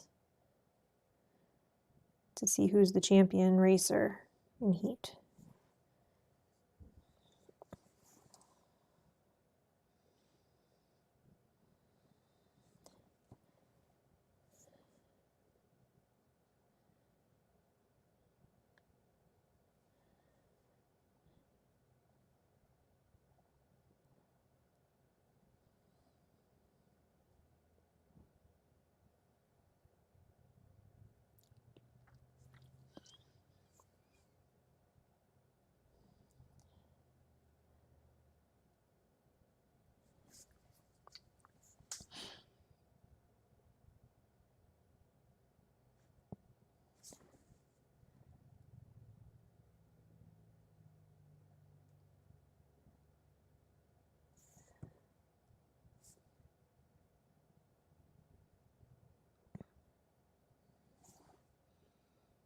This skeleton model is very cool looking. I like it.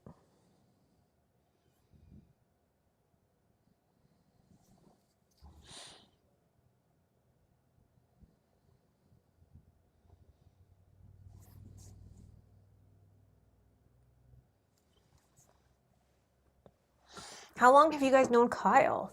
Ooh, years and years and years. I don't know exactly when, because Rob used to work with Kyle. That's how they met. But I feel like it's been like over 10 years, 10, 12, maybe 12 years. Maybe, yeah, at least 12 years, I would say. Maybe slightly more than that. We've known for a very long time. Yep. He and Rob worked together way back in the day. Also, Shomar, who you've seen on the channel, the 3 of them used to work together.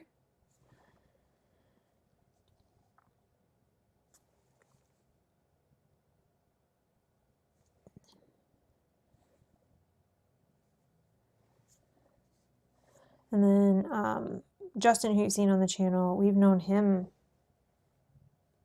probably for like 20 years. We've known him for. Justin, myself, and Rob used to work together way back in the day.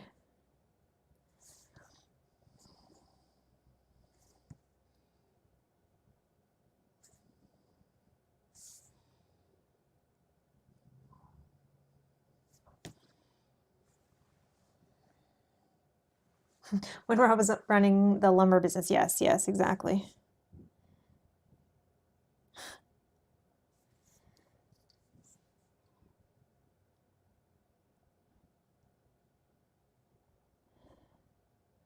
I don't, yeah, that I don't know exactly how long we've known him. That's when I'd have to probably ask Rob that, but it's definitely been like, I want to say like at least 12 years. Very long time.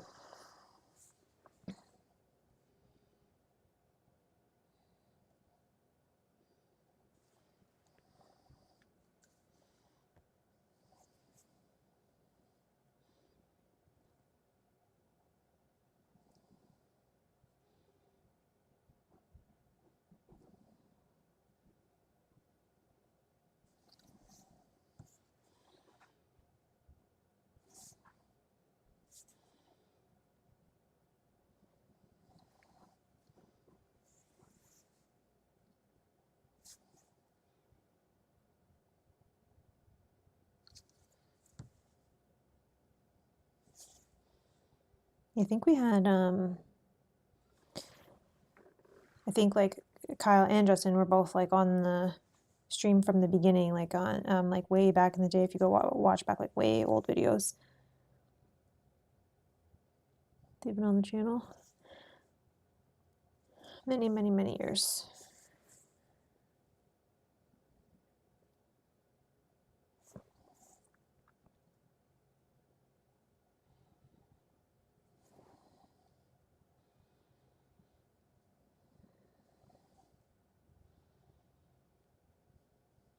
I think like most of these, I think we just have to do the purple and then the belts and then the base, and these guys are done.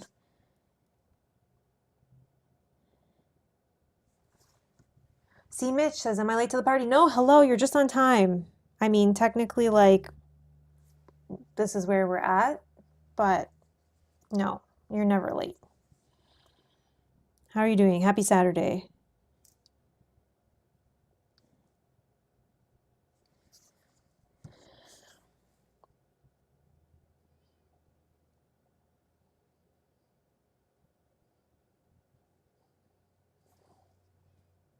I mean, for paint streams, I feel like as long as you make it like before the end, right? You're good. You get to see what it looks like in the end.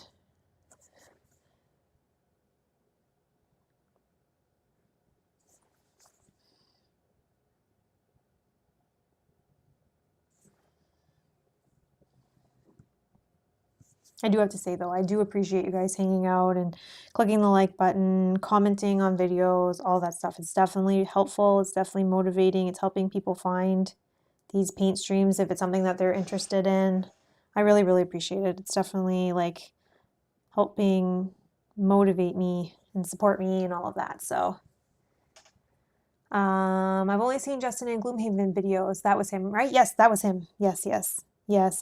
Justin hasn't been on the channel for quite a while. He was having some issues with his eyesight. So one, he couldn't drive, and two, he couldn't see very well. He can still see, but not very well, like not enough to play board games. So we've seen him, but we just haven't been able to play board games with him. We tried to see if there was some sort of modification that we could do to help him.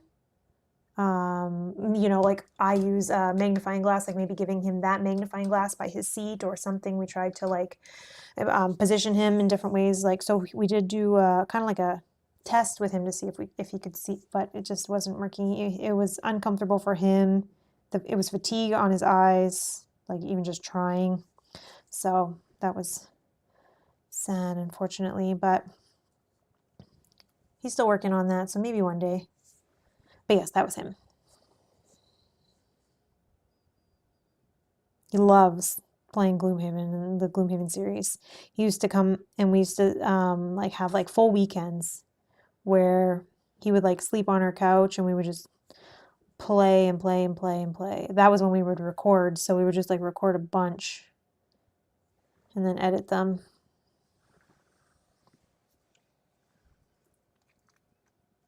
Oh, Seamish says, I took my youngest and met up with my parents at a holiday bazaar. That is awesome. That's already started, eh?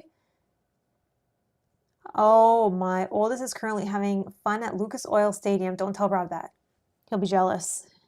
Oh, that's awesome. That's awesome. Yeah, the holiday bazaars. We went to my niece's like ring. She plays ringette. We went to her ringette practice last weekend, and they had a little bit of a, I guess you would call it like a little bazaar, right, where people come in and sell their crafts all set up. So we were looking at all the holiday crafts and knickknacks and stuff, and oh, it's really getting me into the Christmas spirit. I love the holidays. I even thought that potentially I could put like a little Christmas tree back here. That'd be cute.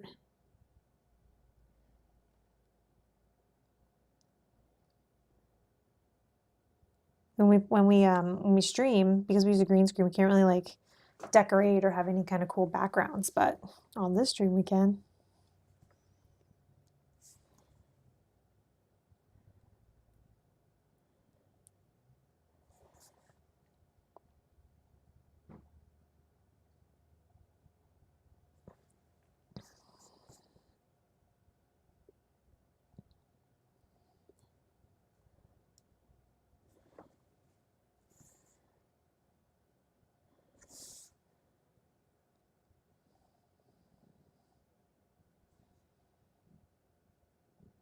Is it next weekend that it's Thanksgiving for those of you in the US?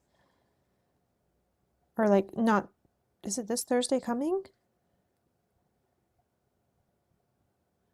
Or next Thursday? What the heck day is it today? Oh, it's the 11th today. No, it's probably the next week.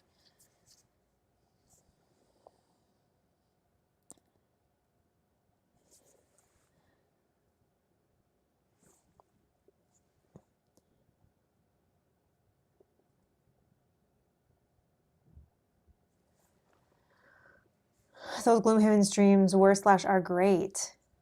Oh, they're old, but yes, they were fun. They like it was fun times, yeah.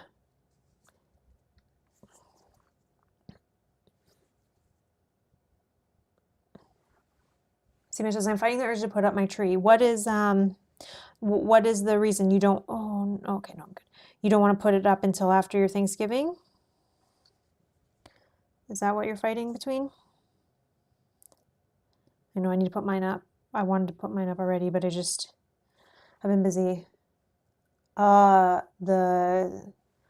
23rd. Oh, okay, so that not this week, next week then, I think. Okay, okay.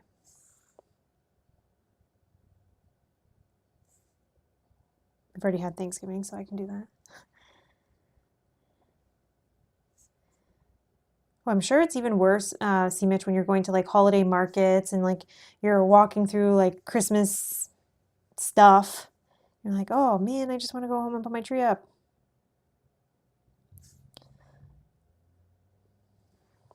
Maybe I'll do mine this week. Alrighty. I'm gonna do the purple now, the cape and the rest of the fabric. For that, I'm going to use this Hive Dwellers purple.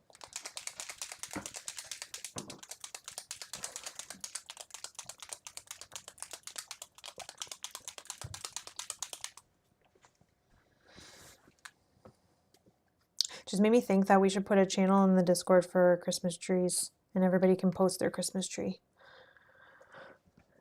Or like Christmas lights on their houses or whatever. I love all of that. Oh my God. Can't wait.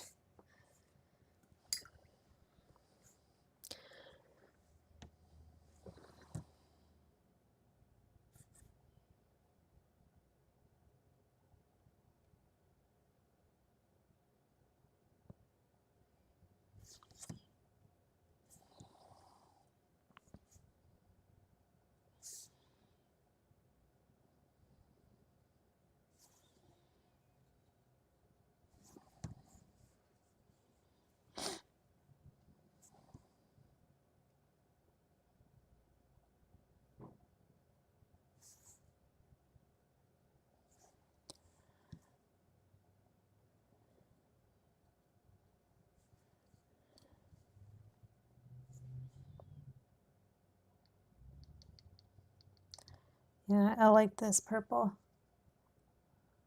That's cool. Sean says, I always loved the names they used to describe the paints. If Rob and Mel had a paint, what would we name it? Oh, that's for you guys. You guys know we are not the namers of things. You guys are the namers of things. You guys have the most creative and funny names.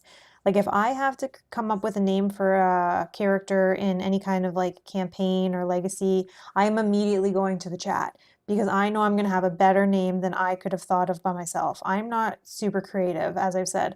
I can paint. Yes, I can paint by numbers. Like you show me an image and I can try to copy it, but I am not creative. Also, like any of those games where you have to like think of like words like I'll give you a word and I have to write something to describe it. Like my brain like locks or something. So I'm the worst at trying to come up with funny names. So you guys come up with a funny name. I don't know. Too many games in the way to put the tree up. No, we have a space set for our tree, so that's okay, but I know.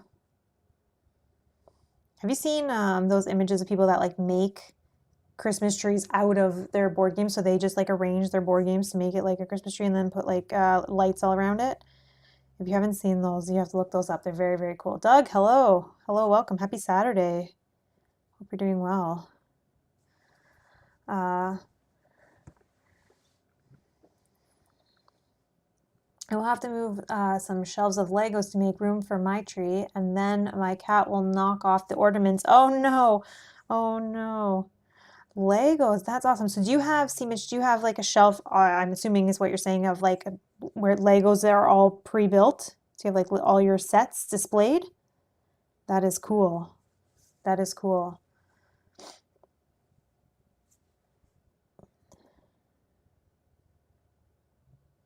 That's very cool. A festive channel. Yeah, I know, I know. I would love to like put something in the back. Now that we can, in this stream we can. The paint color would be called Rob's Rants, and it would be a yellow color. Yellow is his favorite color. Yeah, yellow is his favorite. So yellow Rob's Rant color would be our color. Okay.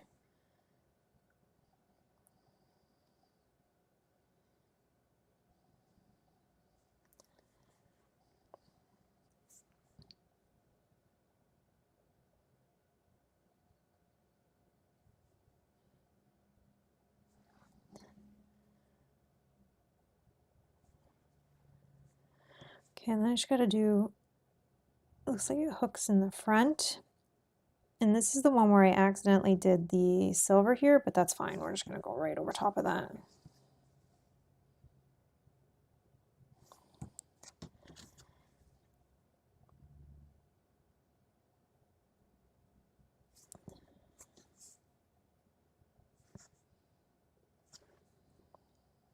Okay. I like that. So this is what we're looking like so far. We just have to do the belts around the waist and then the base. And oh, I got to do another purple there. What am I thinking here?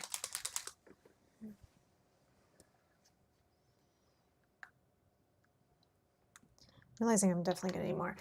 Tom, hello. Tom says, do you think there is a creative aspect to having experience painting minis to some degree? If you've done 50 warrior types, etc. I guess it depends. So when I say like I'm not creative, I just mean like I copy images. So like, well, I use an image as inspiration. So I'll from either the game itself, from other people. Like I'm not creative enough to like, if I were to see this enemy, okay, I know the skeleton, so I know what I would paint that. Obviously, I know maybe what I would paint like this, but he has cloth. Like I don't know that I would have thought of purple. I don't know, but it looks good, and this is what the enemy looks like. I'm just I guess I would go based on others, as you said, like when you've painted 50 other warrior type minis, you just use that inspiration. So it's not really creativity, you're just taking from what you know. I don't have the creativity. If you gave me a mini that I don't paint a lot of, so okay, so I paint a lot of like dwarves and archers and knights and things like that. You give me, oh, here's an example. You give me like the mini from Hexplore It. It's kind of like a witchy looking, one of them was like a witchy looking mini. And I'm like, oh, I don't know what colors to do. Your brain instantly goes to like blacks and maybe greens. I can't even remember what colors I did, what I did on it, but it was one where I'm like, I don't have any inspiration to follow. And it's more of a challenge for me. But I guess you're right. You just use what you know from the other minis you've painted. You could also, based on other minis you painted, the color schemes of what kind of looks good together, you could try. I was saying in earlier that we try, if possible, to paint a little bit lighter and like brighter colors and things like that, because again, we're playing on stream, so we want you guys to be able to see it. We don't want the mini to blend into the tiles. So if we can use bright colors, we do. Which is also why I like to paint, for example, like the bases in Gloomhaven. I'll paint them, the ring around them, the color of the cards that they use, like the purples and the teals and the yellows, because that also helps things stand out. But yeah, I just feel like I'm not super creative as a person in general. Like I don't know. I don't think that's a talent I have.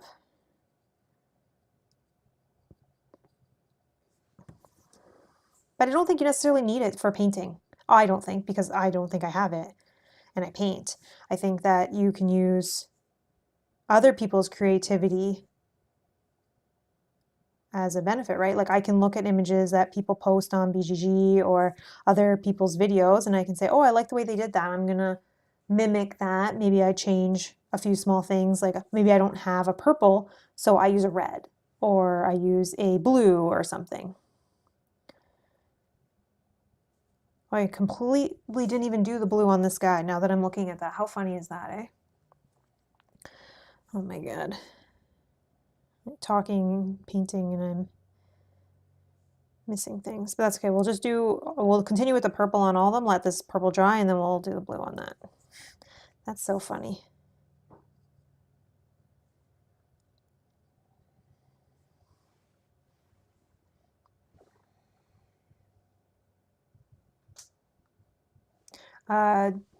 Do you know, sorry, we do know you love names that have a form of melon. I think that's hilarious that you guys always do that. I do think those are funny. Yep, and I usually pick those. Those are funny.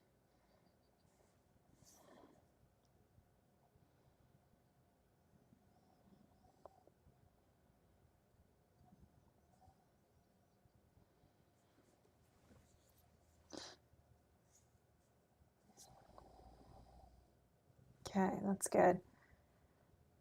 Yeah, the purple is a really pretty color. I think it looks good with like, so this one is like pretty much done minus the belt and the base. Like I think it goes with the mini, which is cool. Heather, thank you so much. Heather says, time to go outside. Have a great rest of the weekend, Mel, and everyone in chat. Heather, thank you. Have a great day. Seema says, I have no originality. Maybe that's what it is. It's not creativity, it's originality. I'm not original. Maybe I'm just using, maybe it's a different word I should be saying.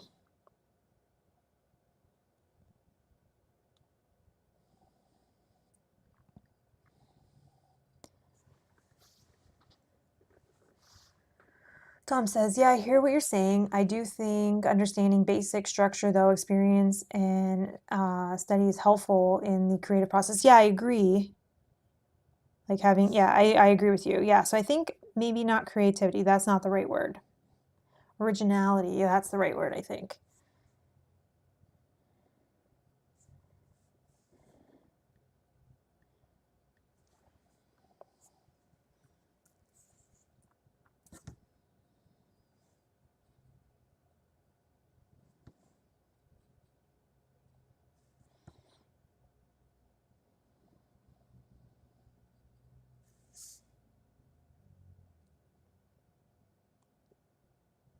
Even too, like, so the dragon that we have for this game that we have to paint, I instinctively look at it and think dragon equals red.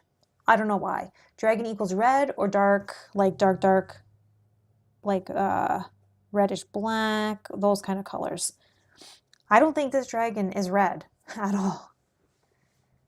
Mel is the original gangster. We all know it. Thank you. Yes, James also says I love the purple. Look awesome. Yeah. You know what's fun too is we don't usually get to use these kind of purple colors, and I don't, so it's fun. Okay,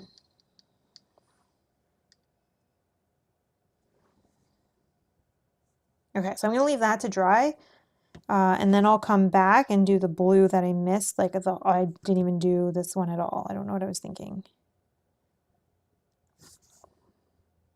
Crazy.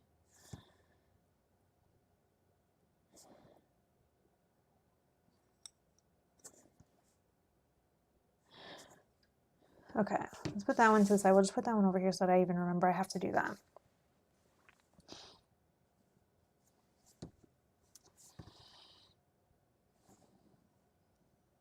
Sorry, so I was talking about the dragon.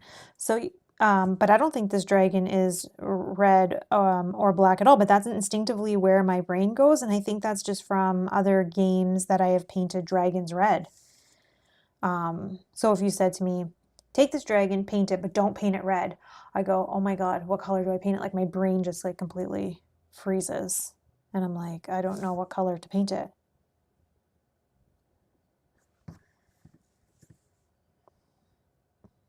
I'm like afraid to go outside of what I know. Comfort, I guess. Doug says, I have a ton of minis that need to be painted, but unfortunately it is raining here and I don't have them base coated. Oh no. Oh no. See, that was one of the things that was our issue was weather. So obviously we live in Canada and a lot of the time it is cold and too cold to prime outside. So we did get an airbrush to prime our minis inside. And that has definitely helped because that was definitely a barrier before for us of like, oh, well, we can't do because of the weather.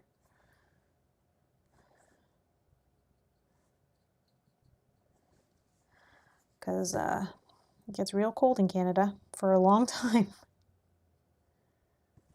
So, but that has definitely helped us.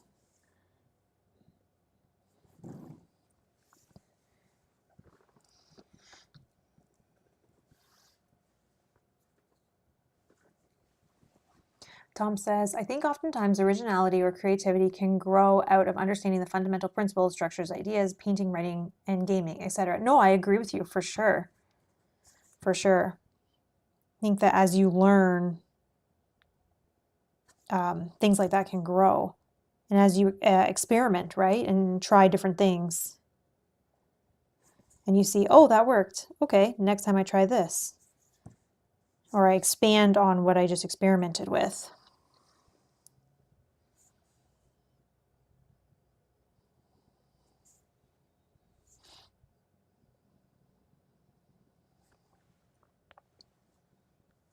Rob's favorite color is yellow. What is your favorite color, Mel? My favorite color is like a pink. Like I love pinks and purples and that. So like if I, as a choice, that would be my favorite colors. Red, I'm okay with red. But usually it's like pinks and purples are usually where I gravitate to. Oh, look up Michael Wilhelm. He's my favorite dragon artist. Oh, okay. Interesting. So maybe I should look that up before I paint this big dragon that we have. Mind you, I am going to try to follow. I think Dustin posted a photo of the colors. I mean, we can experiment a little bit with the dragon, but I'll definitely look that up.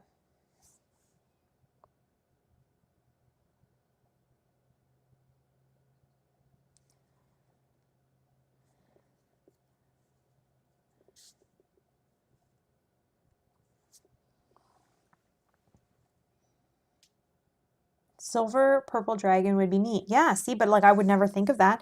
I mean, maybe if the dragon was wearing some sort of like plate armor or something, sometimes like a dragon might be wearing some sort of like armor scales.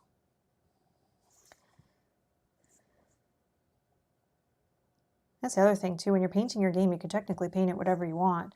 I tend to follow the colors of the game, making it easier for you guys to be able to see it and know what's what. I mean, obviously a purple dragon that's like this big, you'll know. But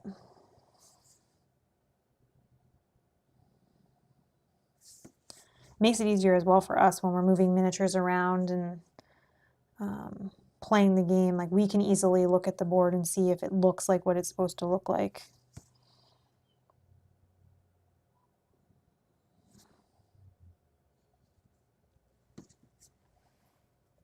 This game's the hardest though because you don't have any images until you start playing and you see what's displayed in the app.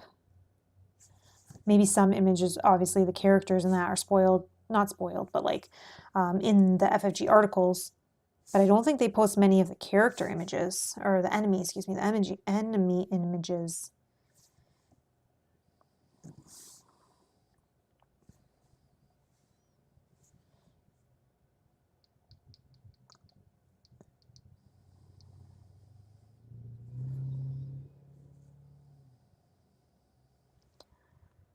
Okay, we got one more of these.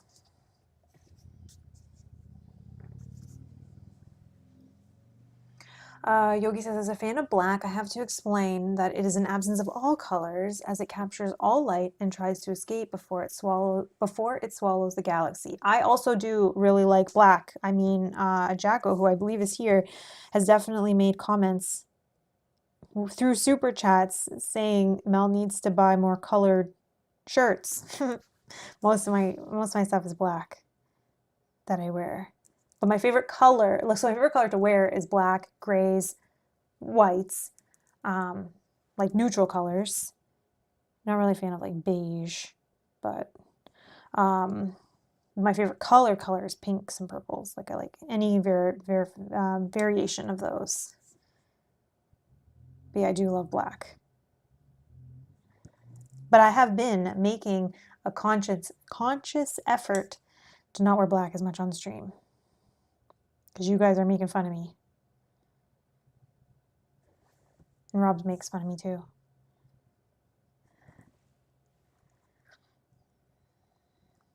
Oh, Seema says, I have a thing for dragons. The first Lego collection I started collecting was the Dragon Masters Lego set, LOL. Oh, that's fun. Hey, Seemich, do you watch the Lego Masters show? I only watched the first season. We watched it with our daughter, but I think they have other seasons, right? Do you watch that? I thought that was so good. Like when you see like families like building Legos together, like in competitions. Do you watch that show? Because that's cool. If you haven't seen it, you should just like Google it and see if it's something that you'd be interested. Your kids might also like it too if they do Legos with you.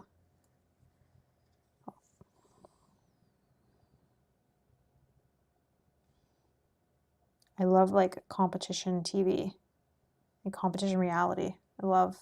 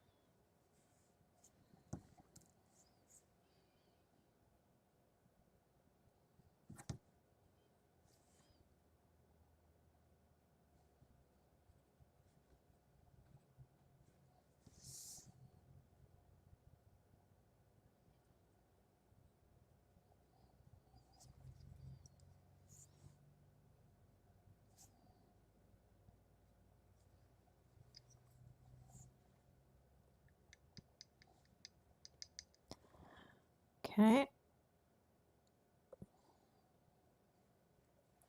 Alrighty.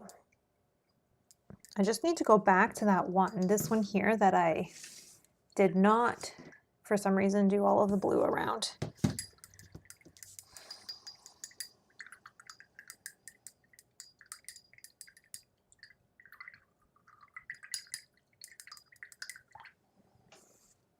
Oh yeah, I guess the Lego movie. Yeah, yeah.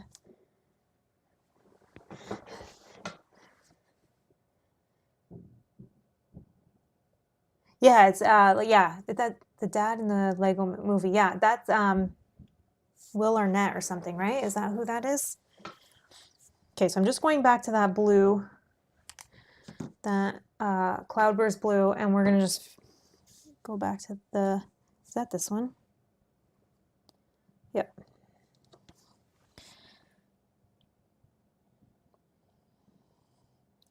and just go through all this blue area that I missed. Finish this guy up. And then I think we just have to do the belts around the waist.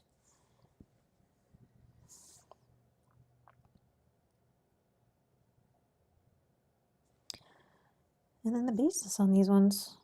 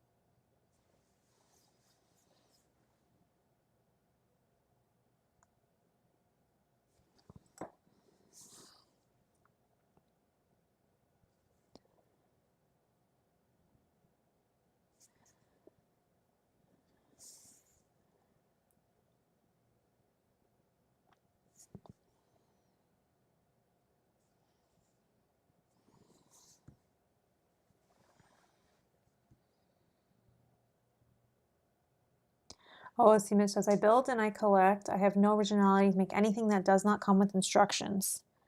That's fair, I hear you. We're very like-minded, I think. My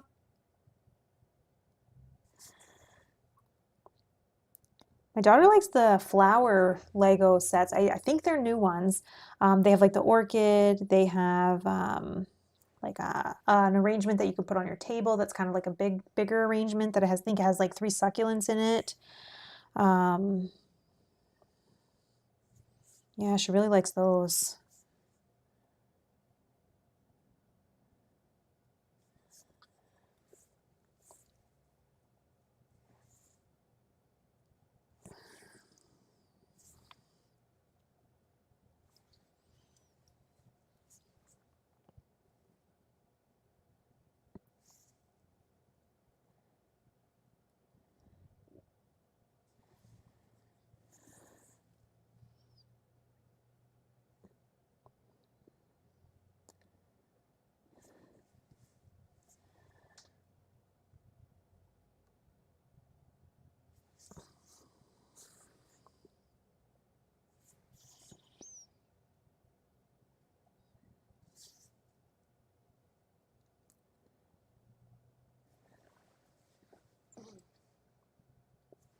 Oh, you have the orchid on your nightstand. That's beautiful. Orchids are my favorite flowers. I love that one. I love orchids. I have fake ones around my house too. I don't have any real ones. In the summer I do, but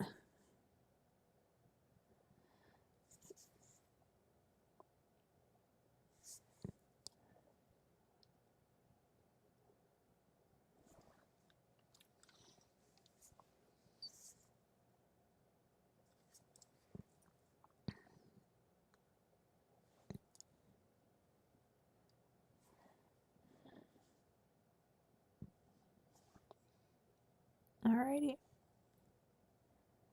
We're gonna let that one dry before we do the brown on the belts, because that I don't want the blue to like mix in with that.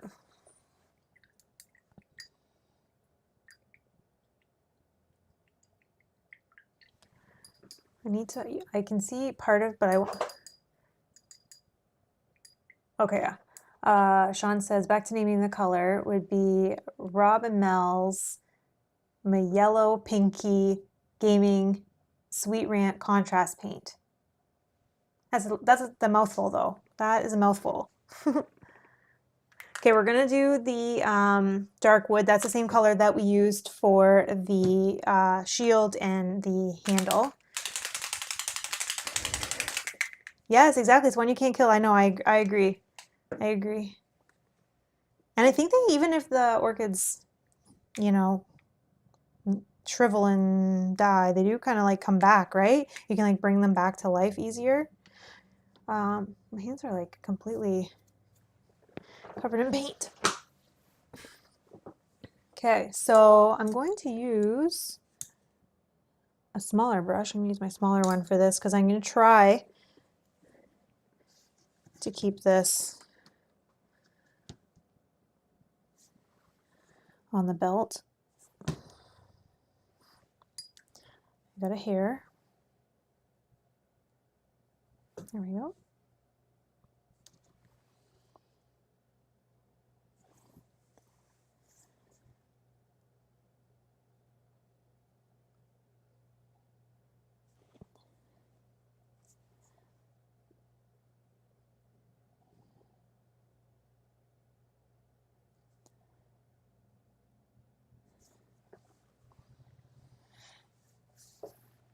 Oh, now that I say it out loud, doesn't work? I see, I see.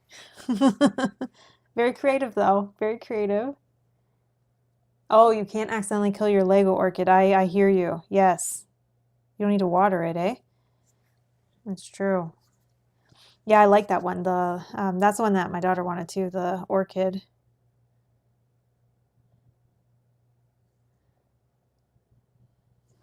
They're very nice.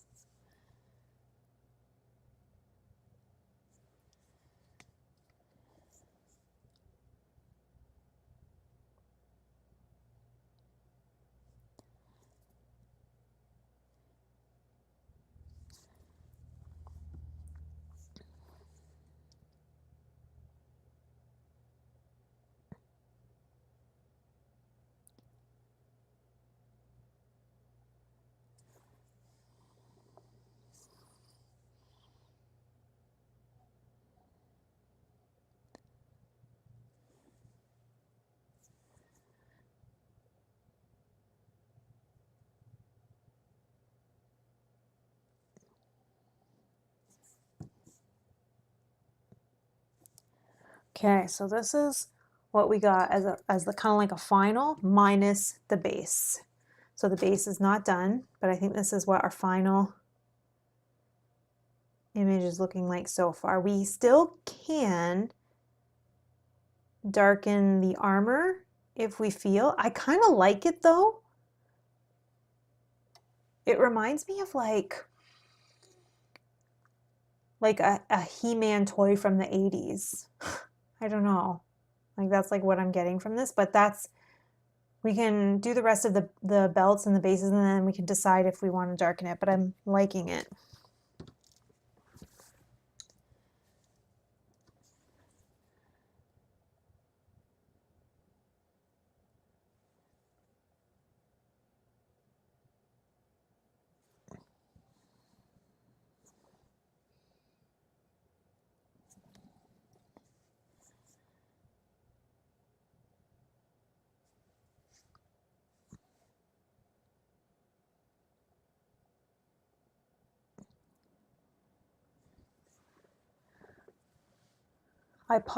Sorry, I like it. Pops for the table, Skeletor. Yeah, like that's what I'm seeing as well, eh?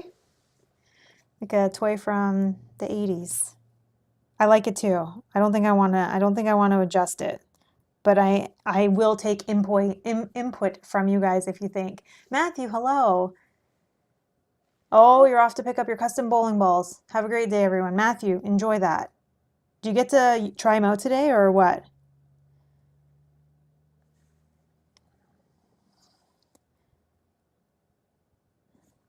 Yeah, Skeletor. Yeah, you and Yogi and Sean had the same idea, and that's what I was thinking. I just didn't know his name.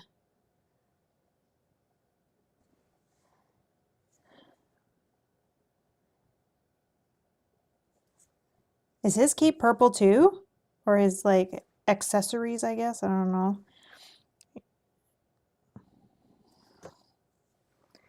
Okay, so number 2 is done.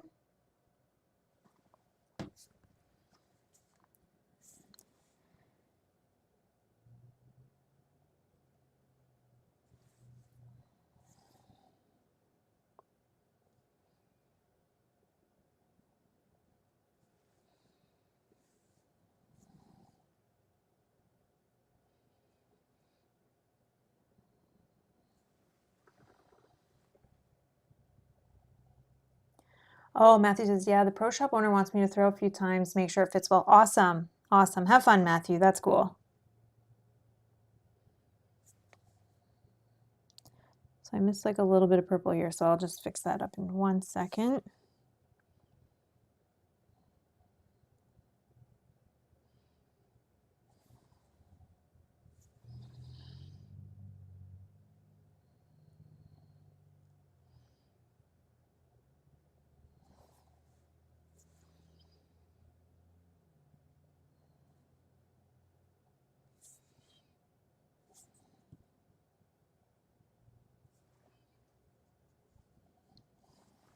Just fix that one purple line.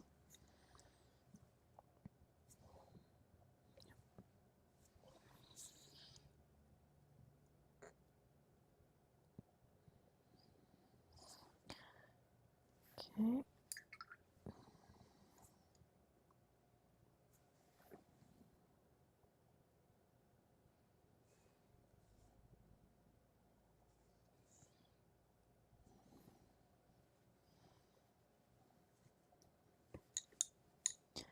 Doing some touch-ups.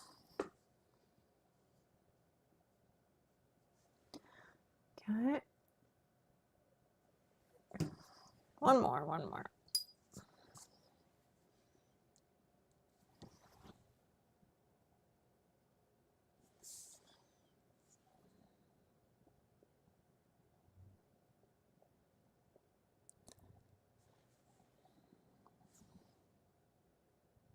Oh, and I didn't do the blue underneath, so let me fix that as well.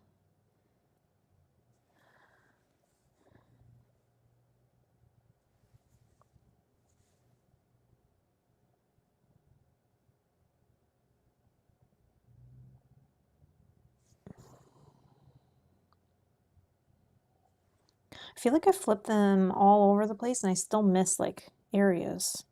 Crazy.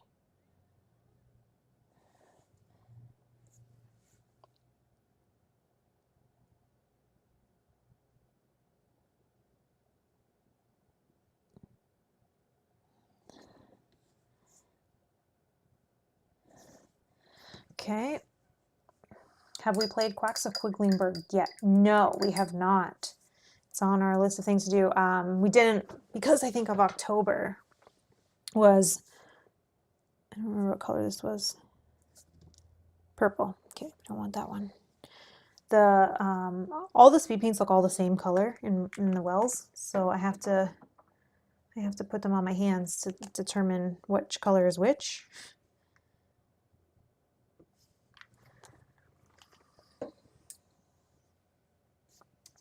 But no, we have not played it yet. But I'm looking forward to playing that. I hear a lot of people who played it love it, so should be fun.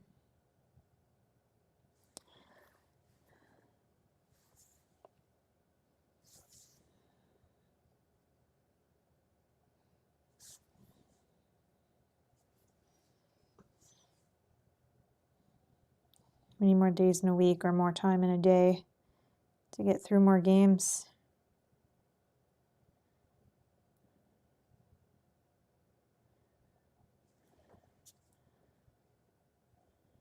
Okay. That one is done. These guys look cool. I like them. Okay, so now we're going to do some bases. I think it's a fun family game. Nice. Okay, yeah, I don't think it's going to be like super heavy, but still fun, I think. Okay, let's look at one of these guys. So, just looks like rock base. Doesn't look like there's, oh, maybe there's a little bit of leaves. One leaf, but I think that's fine. Okay, so what I'm going to do then is,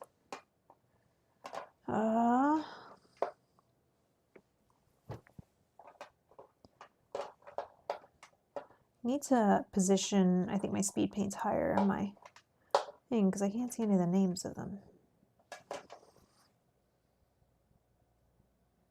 Okay, let's use this Absolution Green. It might be hard to see. It'll be easier to see once I actually, if I can find, but there's like a leaf under there. I'm going to paint that one little leaf on all four, and then around it we'll do like kind of like a rock.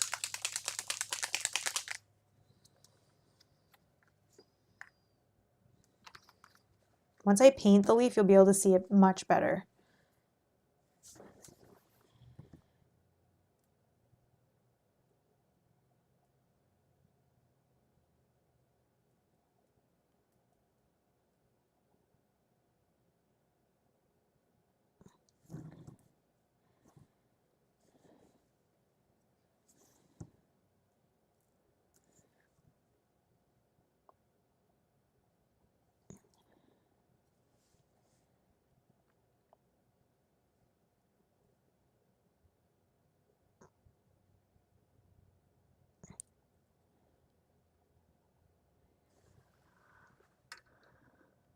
Oh, it still might be hard to tell, but it's definitely there. Okay. Looks like that's the only one.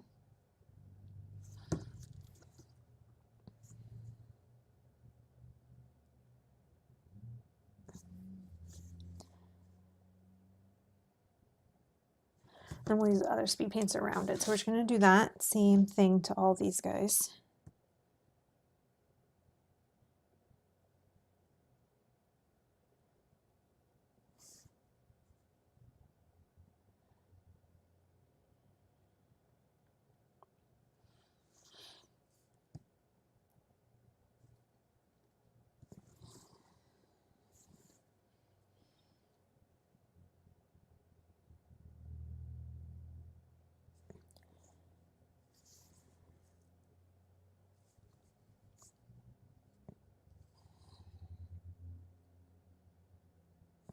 Okay.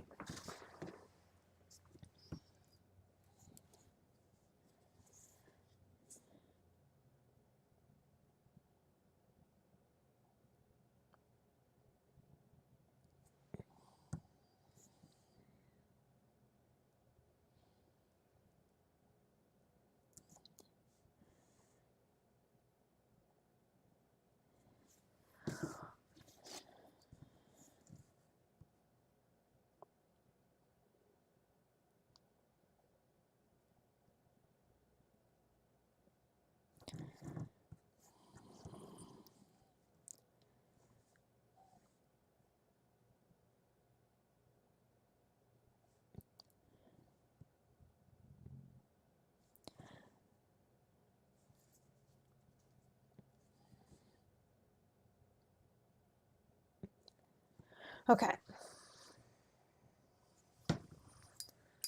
Now just the actual base. I'm kind of thinking just like a gray.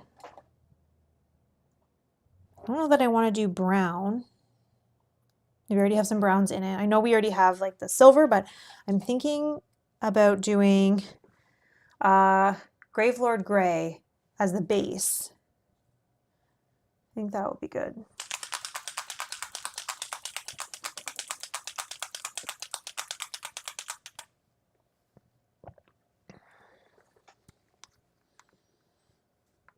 We could also do bases in different colors. Like I could do one gray or two gray, some with brown rock, some with like a greeny, like a mossy color over top, but we'll see what this one looks like when we do one. Alrighty.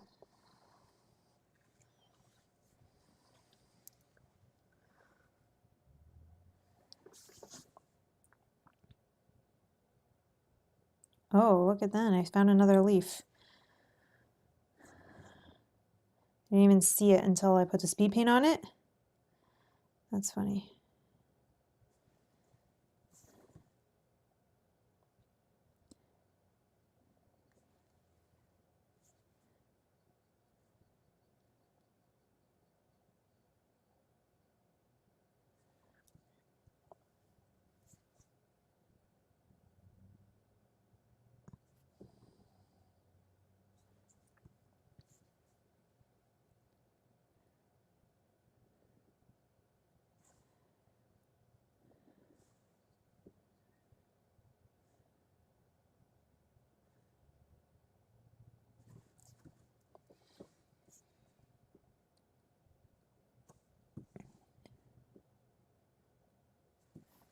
Found another one too, another leaf.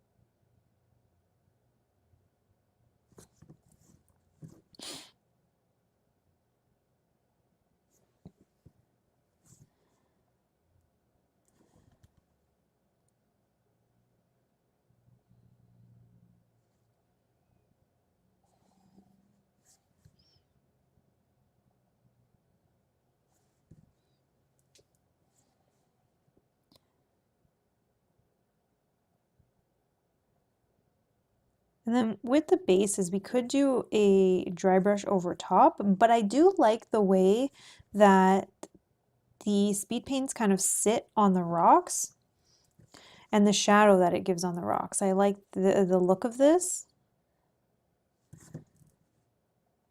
So I don't think I will do anything.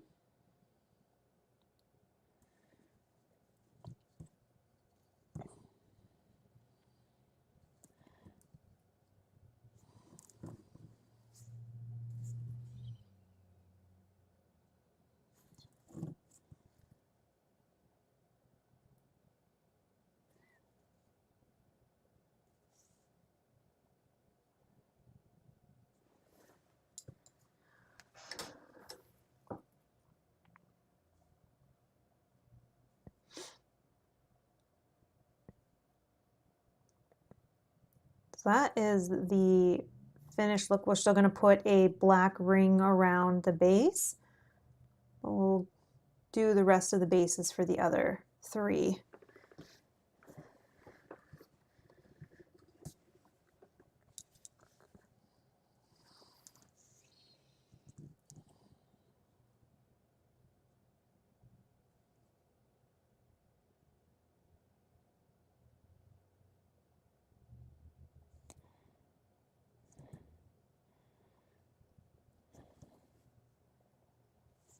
Just going to catch those leaves first.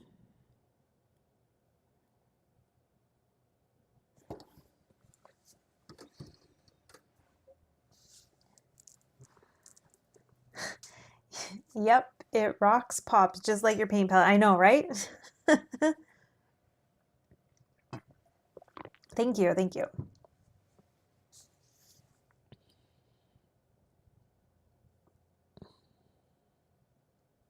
I think just the way the speed paint over the rocks when it's primed in white, I don't know, I just like the look of it and the way that the it pools and shadows.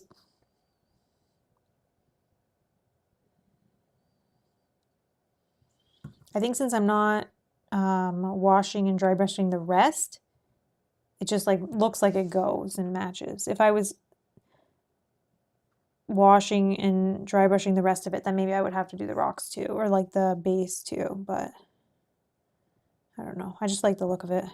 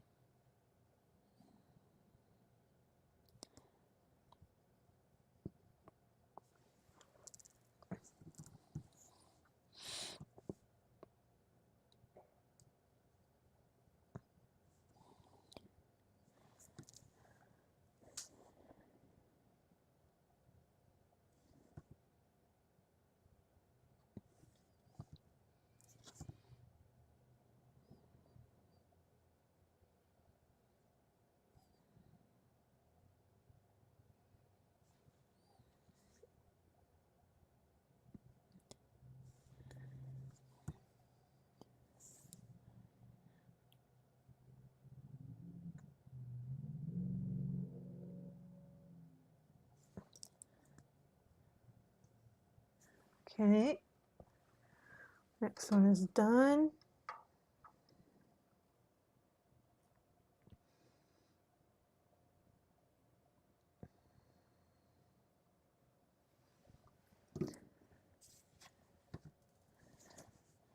Okay, let's do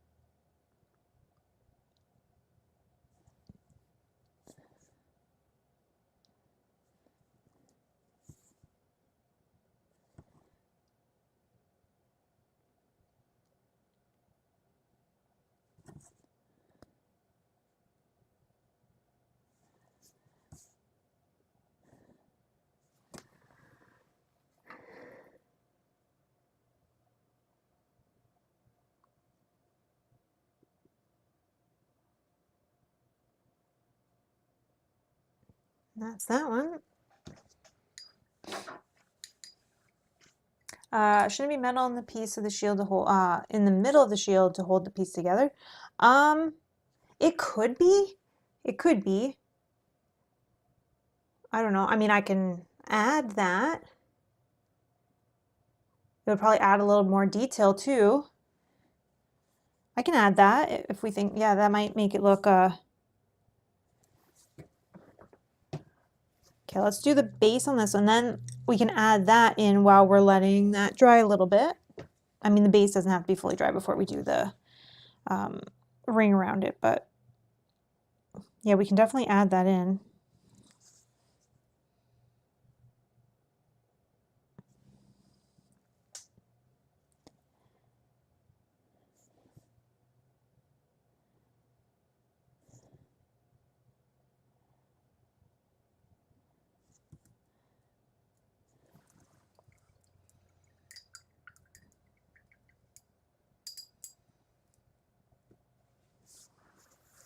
See, Mitch says, I found my sister a housewarming present at the bazaar, a wooden sign with 4 stars that says, would poop here again. My parents were not amused. Clever. That's funny. As long as your sister would like that kind of humor, then it's funny. It's fine. My family would be totally fine with that. Actually, my parents would be fine with that too. That's funny. I grew up in a house with 3 brothers, so there was a lot of poop talk and jokes.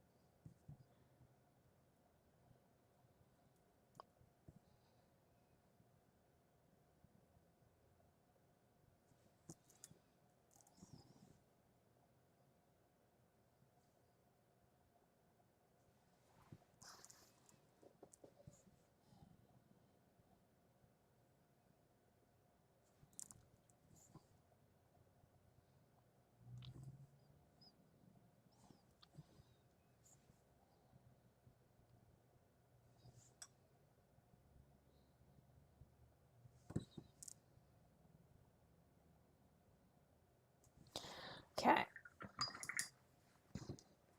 Thank you, thank you. MTalkSpy says, ooh, looked great. Okay, so we will just add, as Hallenbeck said, the metal here to the middle part, and then we'll do our black ring around the base. So for that metal part, what I'm thinking, I can't reach.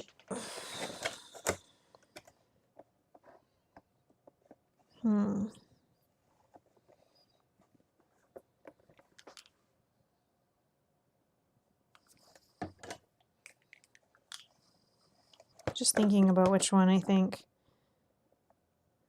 I think this one. Okay.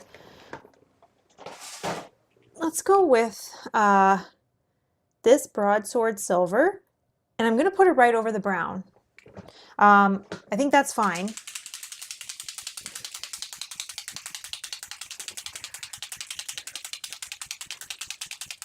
I think that's fine. I think that will also give it a little bit of a darker look and also a different color than the rest of the metal that we're already using. And if I don't like it on one, then I'll be able to adjust for the other 3. Christopher, hello. Any tips you can give a newbie in the world of painting? I definitely think, that we discussed quite a few things throughout this stream. So I mean, you can definitely go back and if you're interested in like kind of like scrubbing through, and we were talking about some different like starter paint sets and things like that. But I think,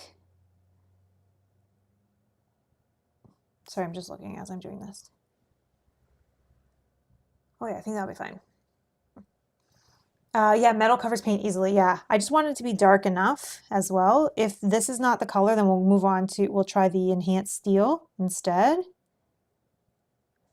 But I think this will give it like a little bit of a dark base, which is what we're looking for. Okay, back to Christopher. I think I wouldn't start with anything like crazy. Just start with the base. So you need some primer, you need some paint and some brushes. You don't need anything expensive. I don't use anything expensive. I use like cheap brushes off of Amazon. We prime most of our minis in matte white.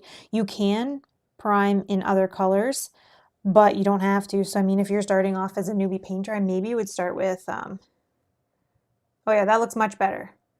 Helen Beck, yes, thank you. That looks much better. So just do that to the other ones. Yeah, you can, as a newbie painter, I definitely started all my priming in like a matte white. The speed paints are really great for new painters because you don't necessarily need to do anything else, any other detailing. You can if you want, but you don't need to. So for example, this mini was fully done using speed paints, even the metals. The metals are the metallics, no wash, no dry brush. You can do all of that to it, but you don't have to. And to me, I think this looks great. Like as just a mini that we're playing with on the table, it's more than sufficient. But you can do more detailing to it if you want. So I definitely like the speed paints in that respect for new painters. And then you can slowly build your techniques and your colors and your paint options.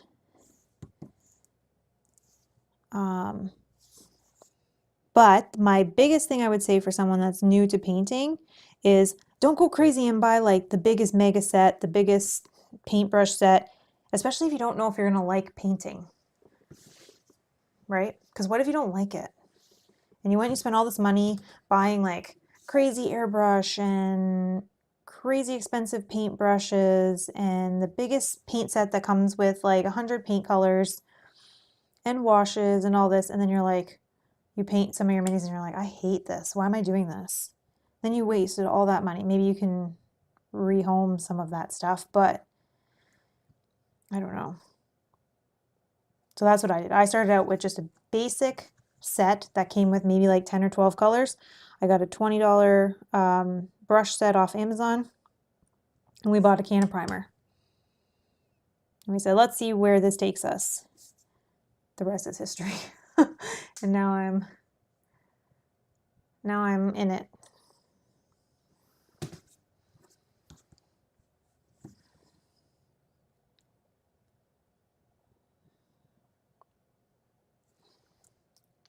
I do have to say though, one of my biggest must-haves for me in painting is this magnifying glass.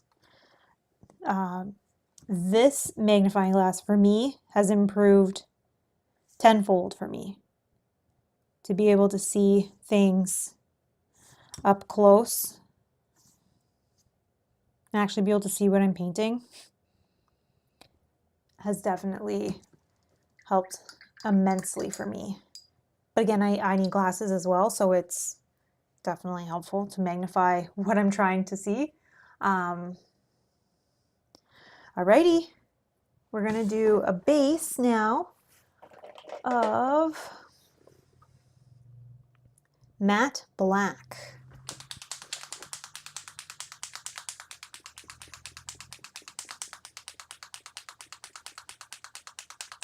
Oh, see, Mitch says, my sister finally moved out of the city and is in the process of starting a hobby farm, so it's kind of fits. That's awesome. That's awesome. Moving away from the city, like that's amazing.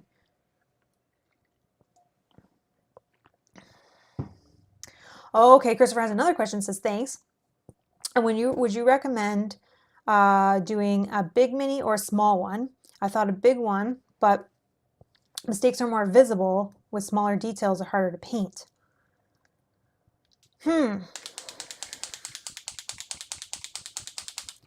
That's an interesting question because that's an interesting question. So I would probably say a bigger mini or a mini that doesn't have a ton of detail on it. So I don't really have anything like here that I can show easily, but let's say you were to do an animal that is mainly one color, maybe has some fur, maybe some teeth, maybe you want to throw something in the eyes, something like that, right? It's easier to do that and start there and then work your way up to where you're doing like fine details. But okay, so I'm gonna just show this up close because once I put the black ring around it, it's gonna be hard for me to hold it, especially at like slight of an angle. So this is our final product. Once we put our ring around the base, this one will be fully done. I really like them. I think that I'm happy with them, so that's I guess all that mattered. But necessarily, yeah. So, and Seema's just saying a small mini, but small minis usually have a lot more detail. So Christopher, sorry, what game were you thinking about starting with? Like, did you have a game in mind? And maybe if I painted it, I can kind of give more of my thoughts. So,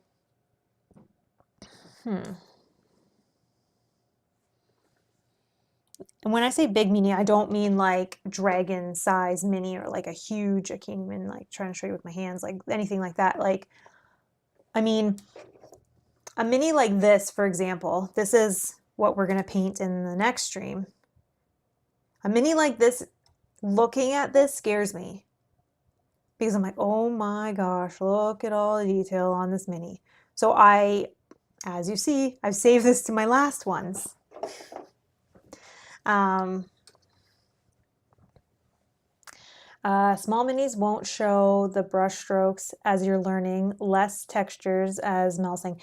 Yeah, so like for me, I guess it depends. So it depends too. If you're using the speed paints, then I also like to use them on highly textured minis. So like animals, for example, that have fur, have wings, have hide, have scales, things like that. The speed paints are gonna work out well.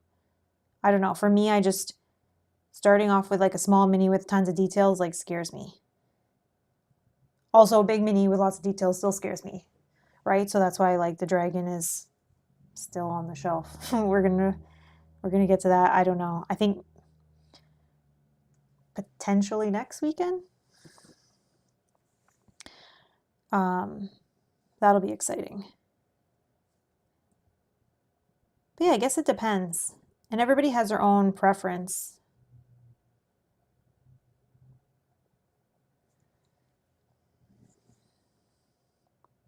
But yeah, if you have Christopher, you have a game in mind that you're thinking. Oh, Seamish says a smallish mini would be less overwhelming. I agree, depending on how many, how detailed it is and how many colors it is, right? Like I'd rather paint a big mini that's like 2 or 3 colors. Not a big mini. When I say big mini, I don't mean like huge.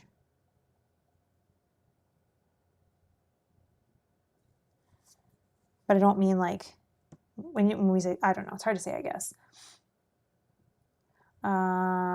Christopher says, I have a bunch in line. I started with Castles of Burgundy, Deluxe Castles. Okay.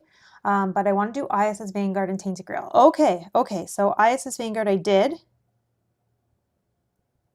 Yes, those minis are, yeah. Did I painted that, right? Now I'm like, I think I did. And Mtoxify is very right. Just says, honestly though, just start. You won't be an expert no matter what you start with. That's 100% right. You're going to be your own biggest critique. That's our ring around there. So I'm just going to do that on the other ones. Yeah, you're going to be your biggest critique of your own paint job. Sometimes as I paint, I'm like, oh, I don't really love that. Or some of them I'm like, oh, I hate that. And then someone will say, oh, can you hold that up? And I'll get like 4 people that are like, oh my God, that looks great. And I'm like, oh, okay. Maybe it's just me. Maybe I'm seeing all the imperfections. So yeah, I would just start. If you're interested in painting, yeah, just start. And then, oh, through experience, think you'll gain more confidence. I want to say though that I painted the ISS Vanguard minis.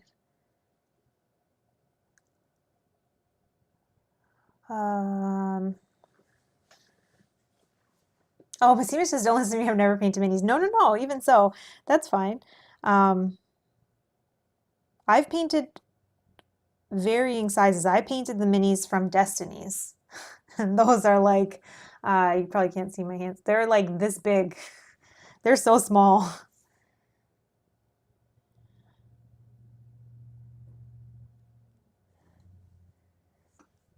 I would not recommend starting with those. But I think you're fine with, as you said, yeah. Yep. Yogi says all of Seamish's painted minis are beautiful.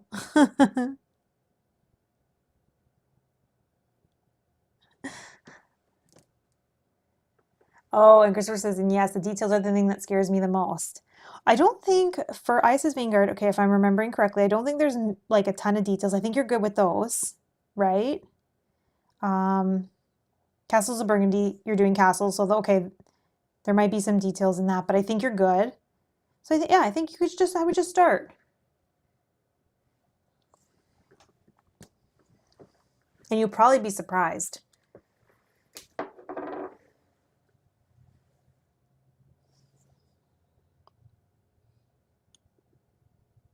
But when you do start, please come back to one of my streams and let me know how it went.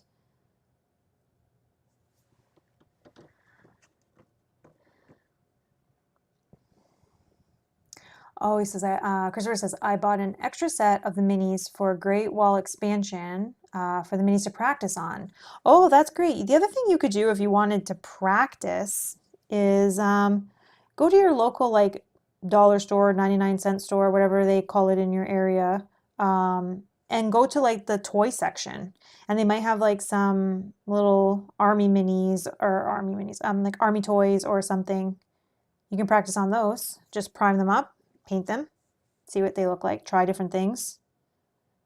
It's a good way to practice. You can probably get like a ton of like, I don't know, they're not like G.I. Joe minis anymore or whatever they call them. Yeah, Vanguard is mostly metals. I'm trying to remember, because it's like they're almost like mech looking things, right? I'm trying to remember what the minis look like on those. I feel like I painted them though.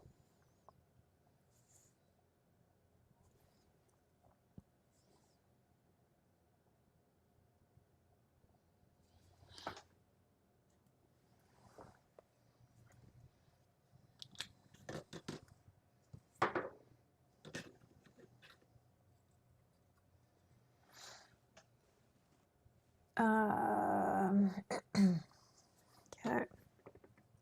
One more base.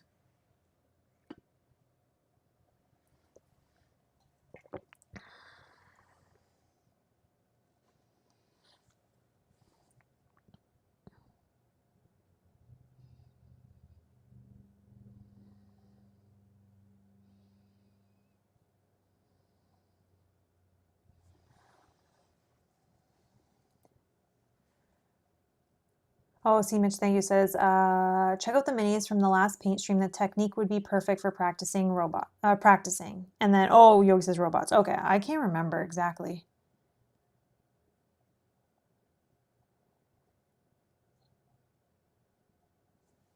Yeah, the minis that we painted in Expeditions, which we are playing on the stream tomorrow, that was fun to kind of like experiment with those different metals.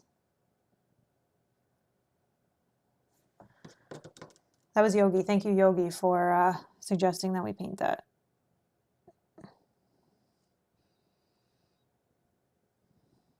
And we were able to do that quick too, so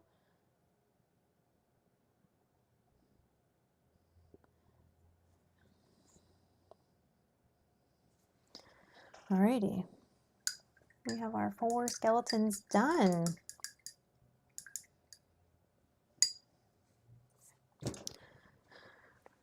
Alrighty. I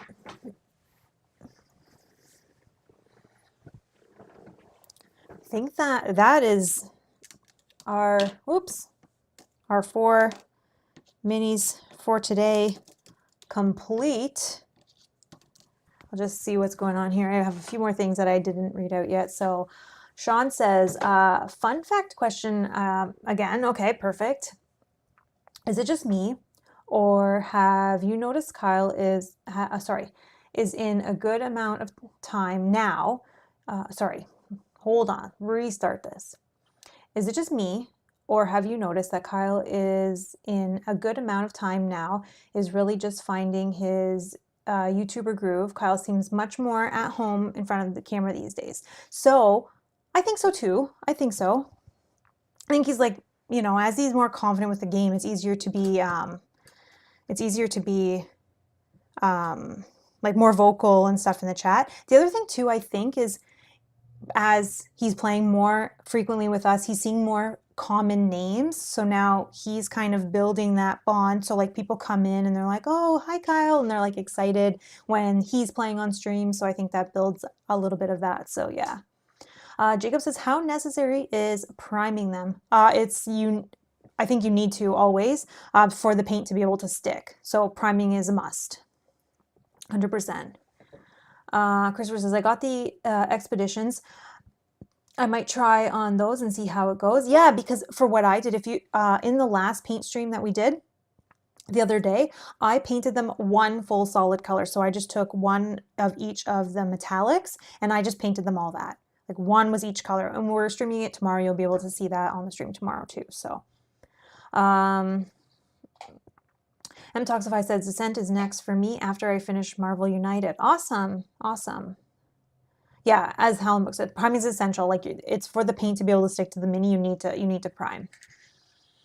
And Seema says it shows that you don't have to use 1,000 different colors to make them look cool. Exactly, and that's kind of what we were thinking. So in 2 streams ago, when we were talking about the Expeditions minis, and like I think jokes were kind of coming up about, oh, are you going to paint these before Rob streams it? Because he was doing a solo stream, I think the next day, or the day after, I can't remember. And we were like, oh, I don't think we need to. But then in the discussion that we had in the chat, I think it was like Yogi that was like, you could just take one, like speed paint and just speed paint them and then they're done. And I was like, okay, let's think about that. I have the metallic set, which I wanted to kind of test out, see how those colors laid. So I thought that would be the perfect way to test those out and see how they worked, and it definitely was.